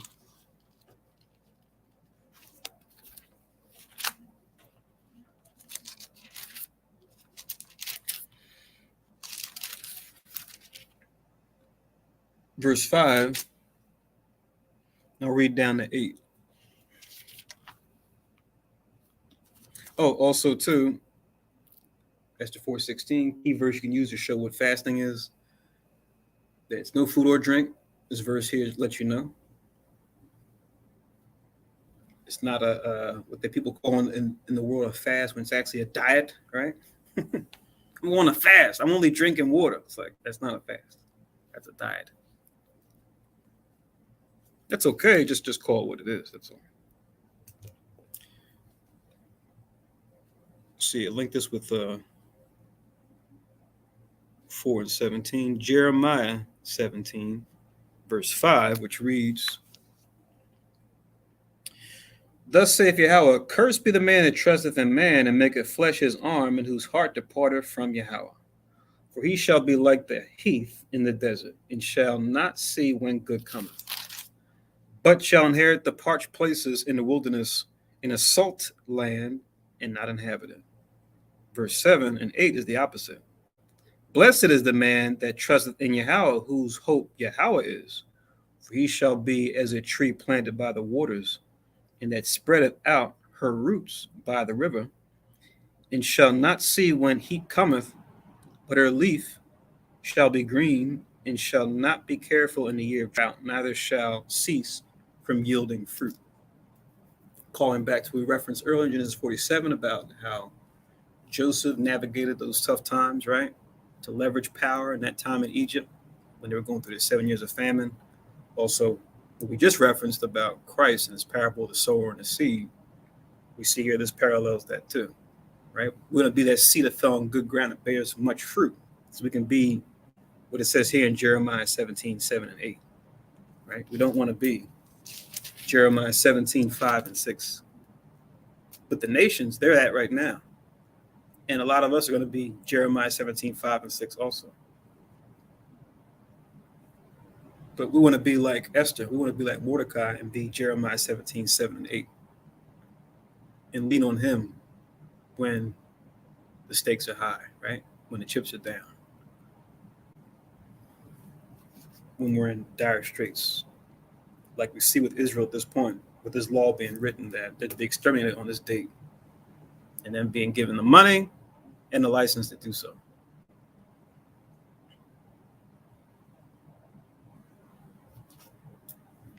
Okay, so we'll pause here. We know next time we go into the Apocrypha, we pick up in Esther 13 and 8 and go down. But that's what we do on day 2. But we'll make an end here. Hopefully everybody was edified, but we read so far in the story of Esther in this first day of Purim, which is just plural for Pur, which just means lots, or Paworium. That's how we say it in the ancient Hebrew, Paworium. And definitely enjoy the day. You know, while it's not a Sabbath, right? You can buy or sell. You still want to keep it in remembrance and keep it holy, and keep it as a day that you know, are mindful of, that you are in the spirit of, and that one that you share with family and friends and associates, even those that are in the world, right? You want to tell them about this, right? Because, you know, in the world, we have all these days where we get together and get gifts and things like that. But now there's a day we can do it for righteousness' sake, right? And we got it for 2 days. So it's beautiful how everything that we pride ourselves on being able to do or enjoy doing in the world, the Most High has got that and then some in the commandments, right? If we seek it out. But yet and still, so many of our people, like lemmings, right? We just follow the crowd. We go with the crowd because in the crowd there's safety, right? There's comfort, there's protection. So, perceived comfort and protection. It's not protection as far as the Most High's, but it's protection as far as what? Eye service, doing it to be man pleasers, so that you're not outcast. What are you doing? A Purim? What's that? The Day of Judas? Who's that? You guys celebrating Judas Iscariot and want to betray Christ? What's Day of Judas? You got to break it down to him. No. Judas is just another version of Judah. You have a number of Judas. But now the Judas we're talking about is a righteous Judas. And here's his story. You show him. And we're keeping this because it's here in the Bible, right? The book of Esther. Right? They make movies about it, but how come we don't keep it as so-called Christians, right? It's found here in the scriptures. We should rehearse the righteous acts, Judges 5:11, right? So why not rehearse this righteous act as opposed to these other things that we were raised to do, which we do a little research, and even going to the Bible itself, we find these things are not of God in Christ. Yet we do these things supposedly in the name of God in Christ. Easter, Christmas, right? How? Make it make sense, right?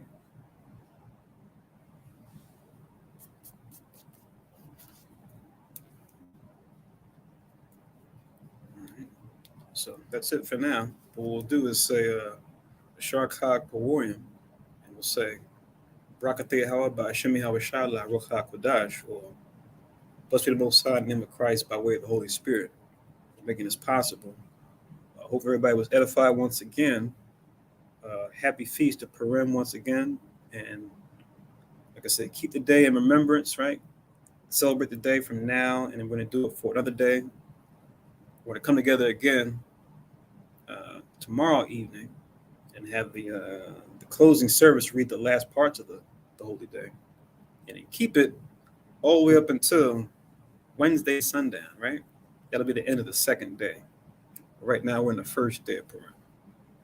So from Monday sundown to Tuesday sundown is the first day. From Tuesday sundown to Wednesday sundown this week is the second day. All right? So let's remember it. Let's remember our forefathers and foremothers, Esther and Mordecai, and their righteous example. Let's be inspired by it. Let's be inspired by the day. Let's enjoy it. That will do the closing prayers.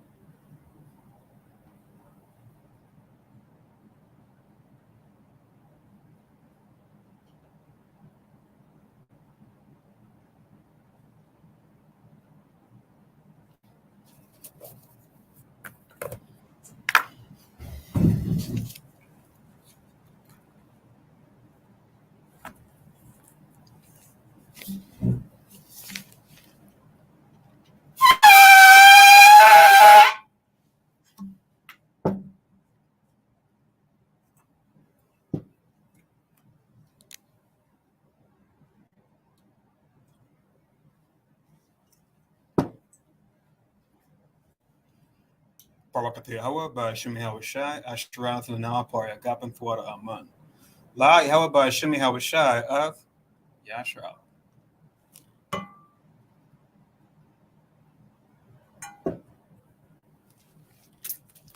English translation.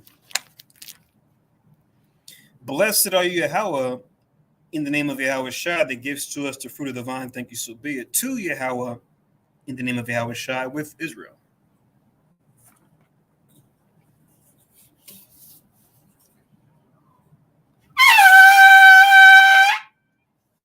At my wife, Panuwa Jerusalem, stand to face Jerusalem.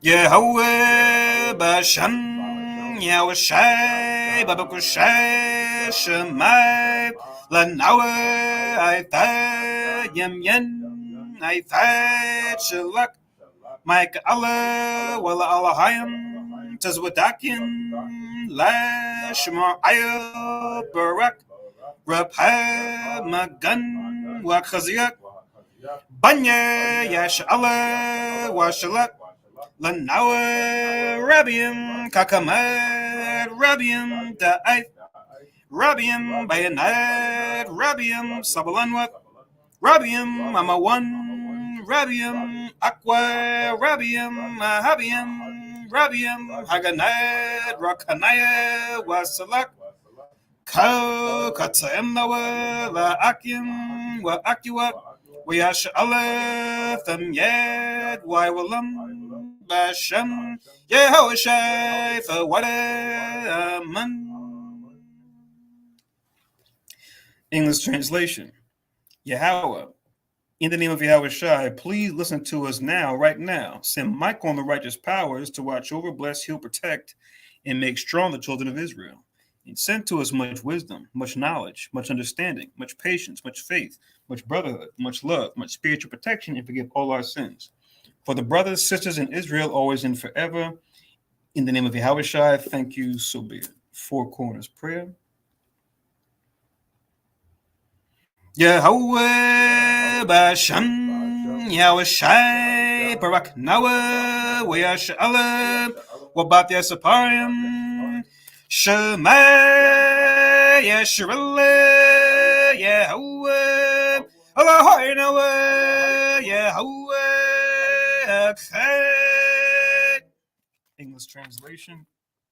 Yahweh, in the name of Yahweh Shai, bless us in Israel in the house of books or the schools. And then we said, Hear, O Israel, the Lord our God is one Lord. Prayer for the food. Yahweh Gadawo Basham Marawanya Yahweh Shai Babakusha Barak Makau Yanawa Shatayawath Yanawa Yayan Yanawa Lacham Yanawa Shakarat Yanawa Zachad Hapawarium Basham Yahweh Shai the Wada Man. All right, Sharkhat Pawarium Yasharala Brakateawa Basham Yahweh Shai Lavakak Wadash Wa Laila Tawa.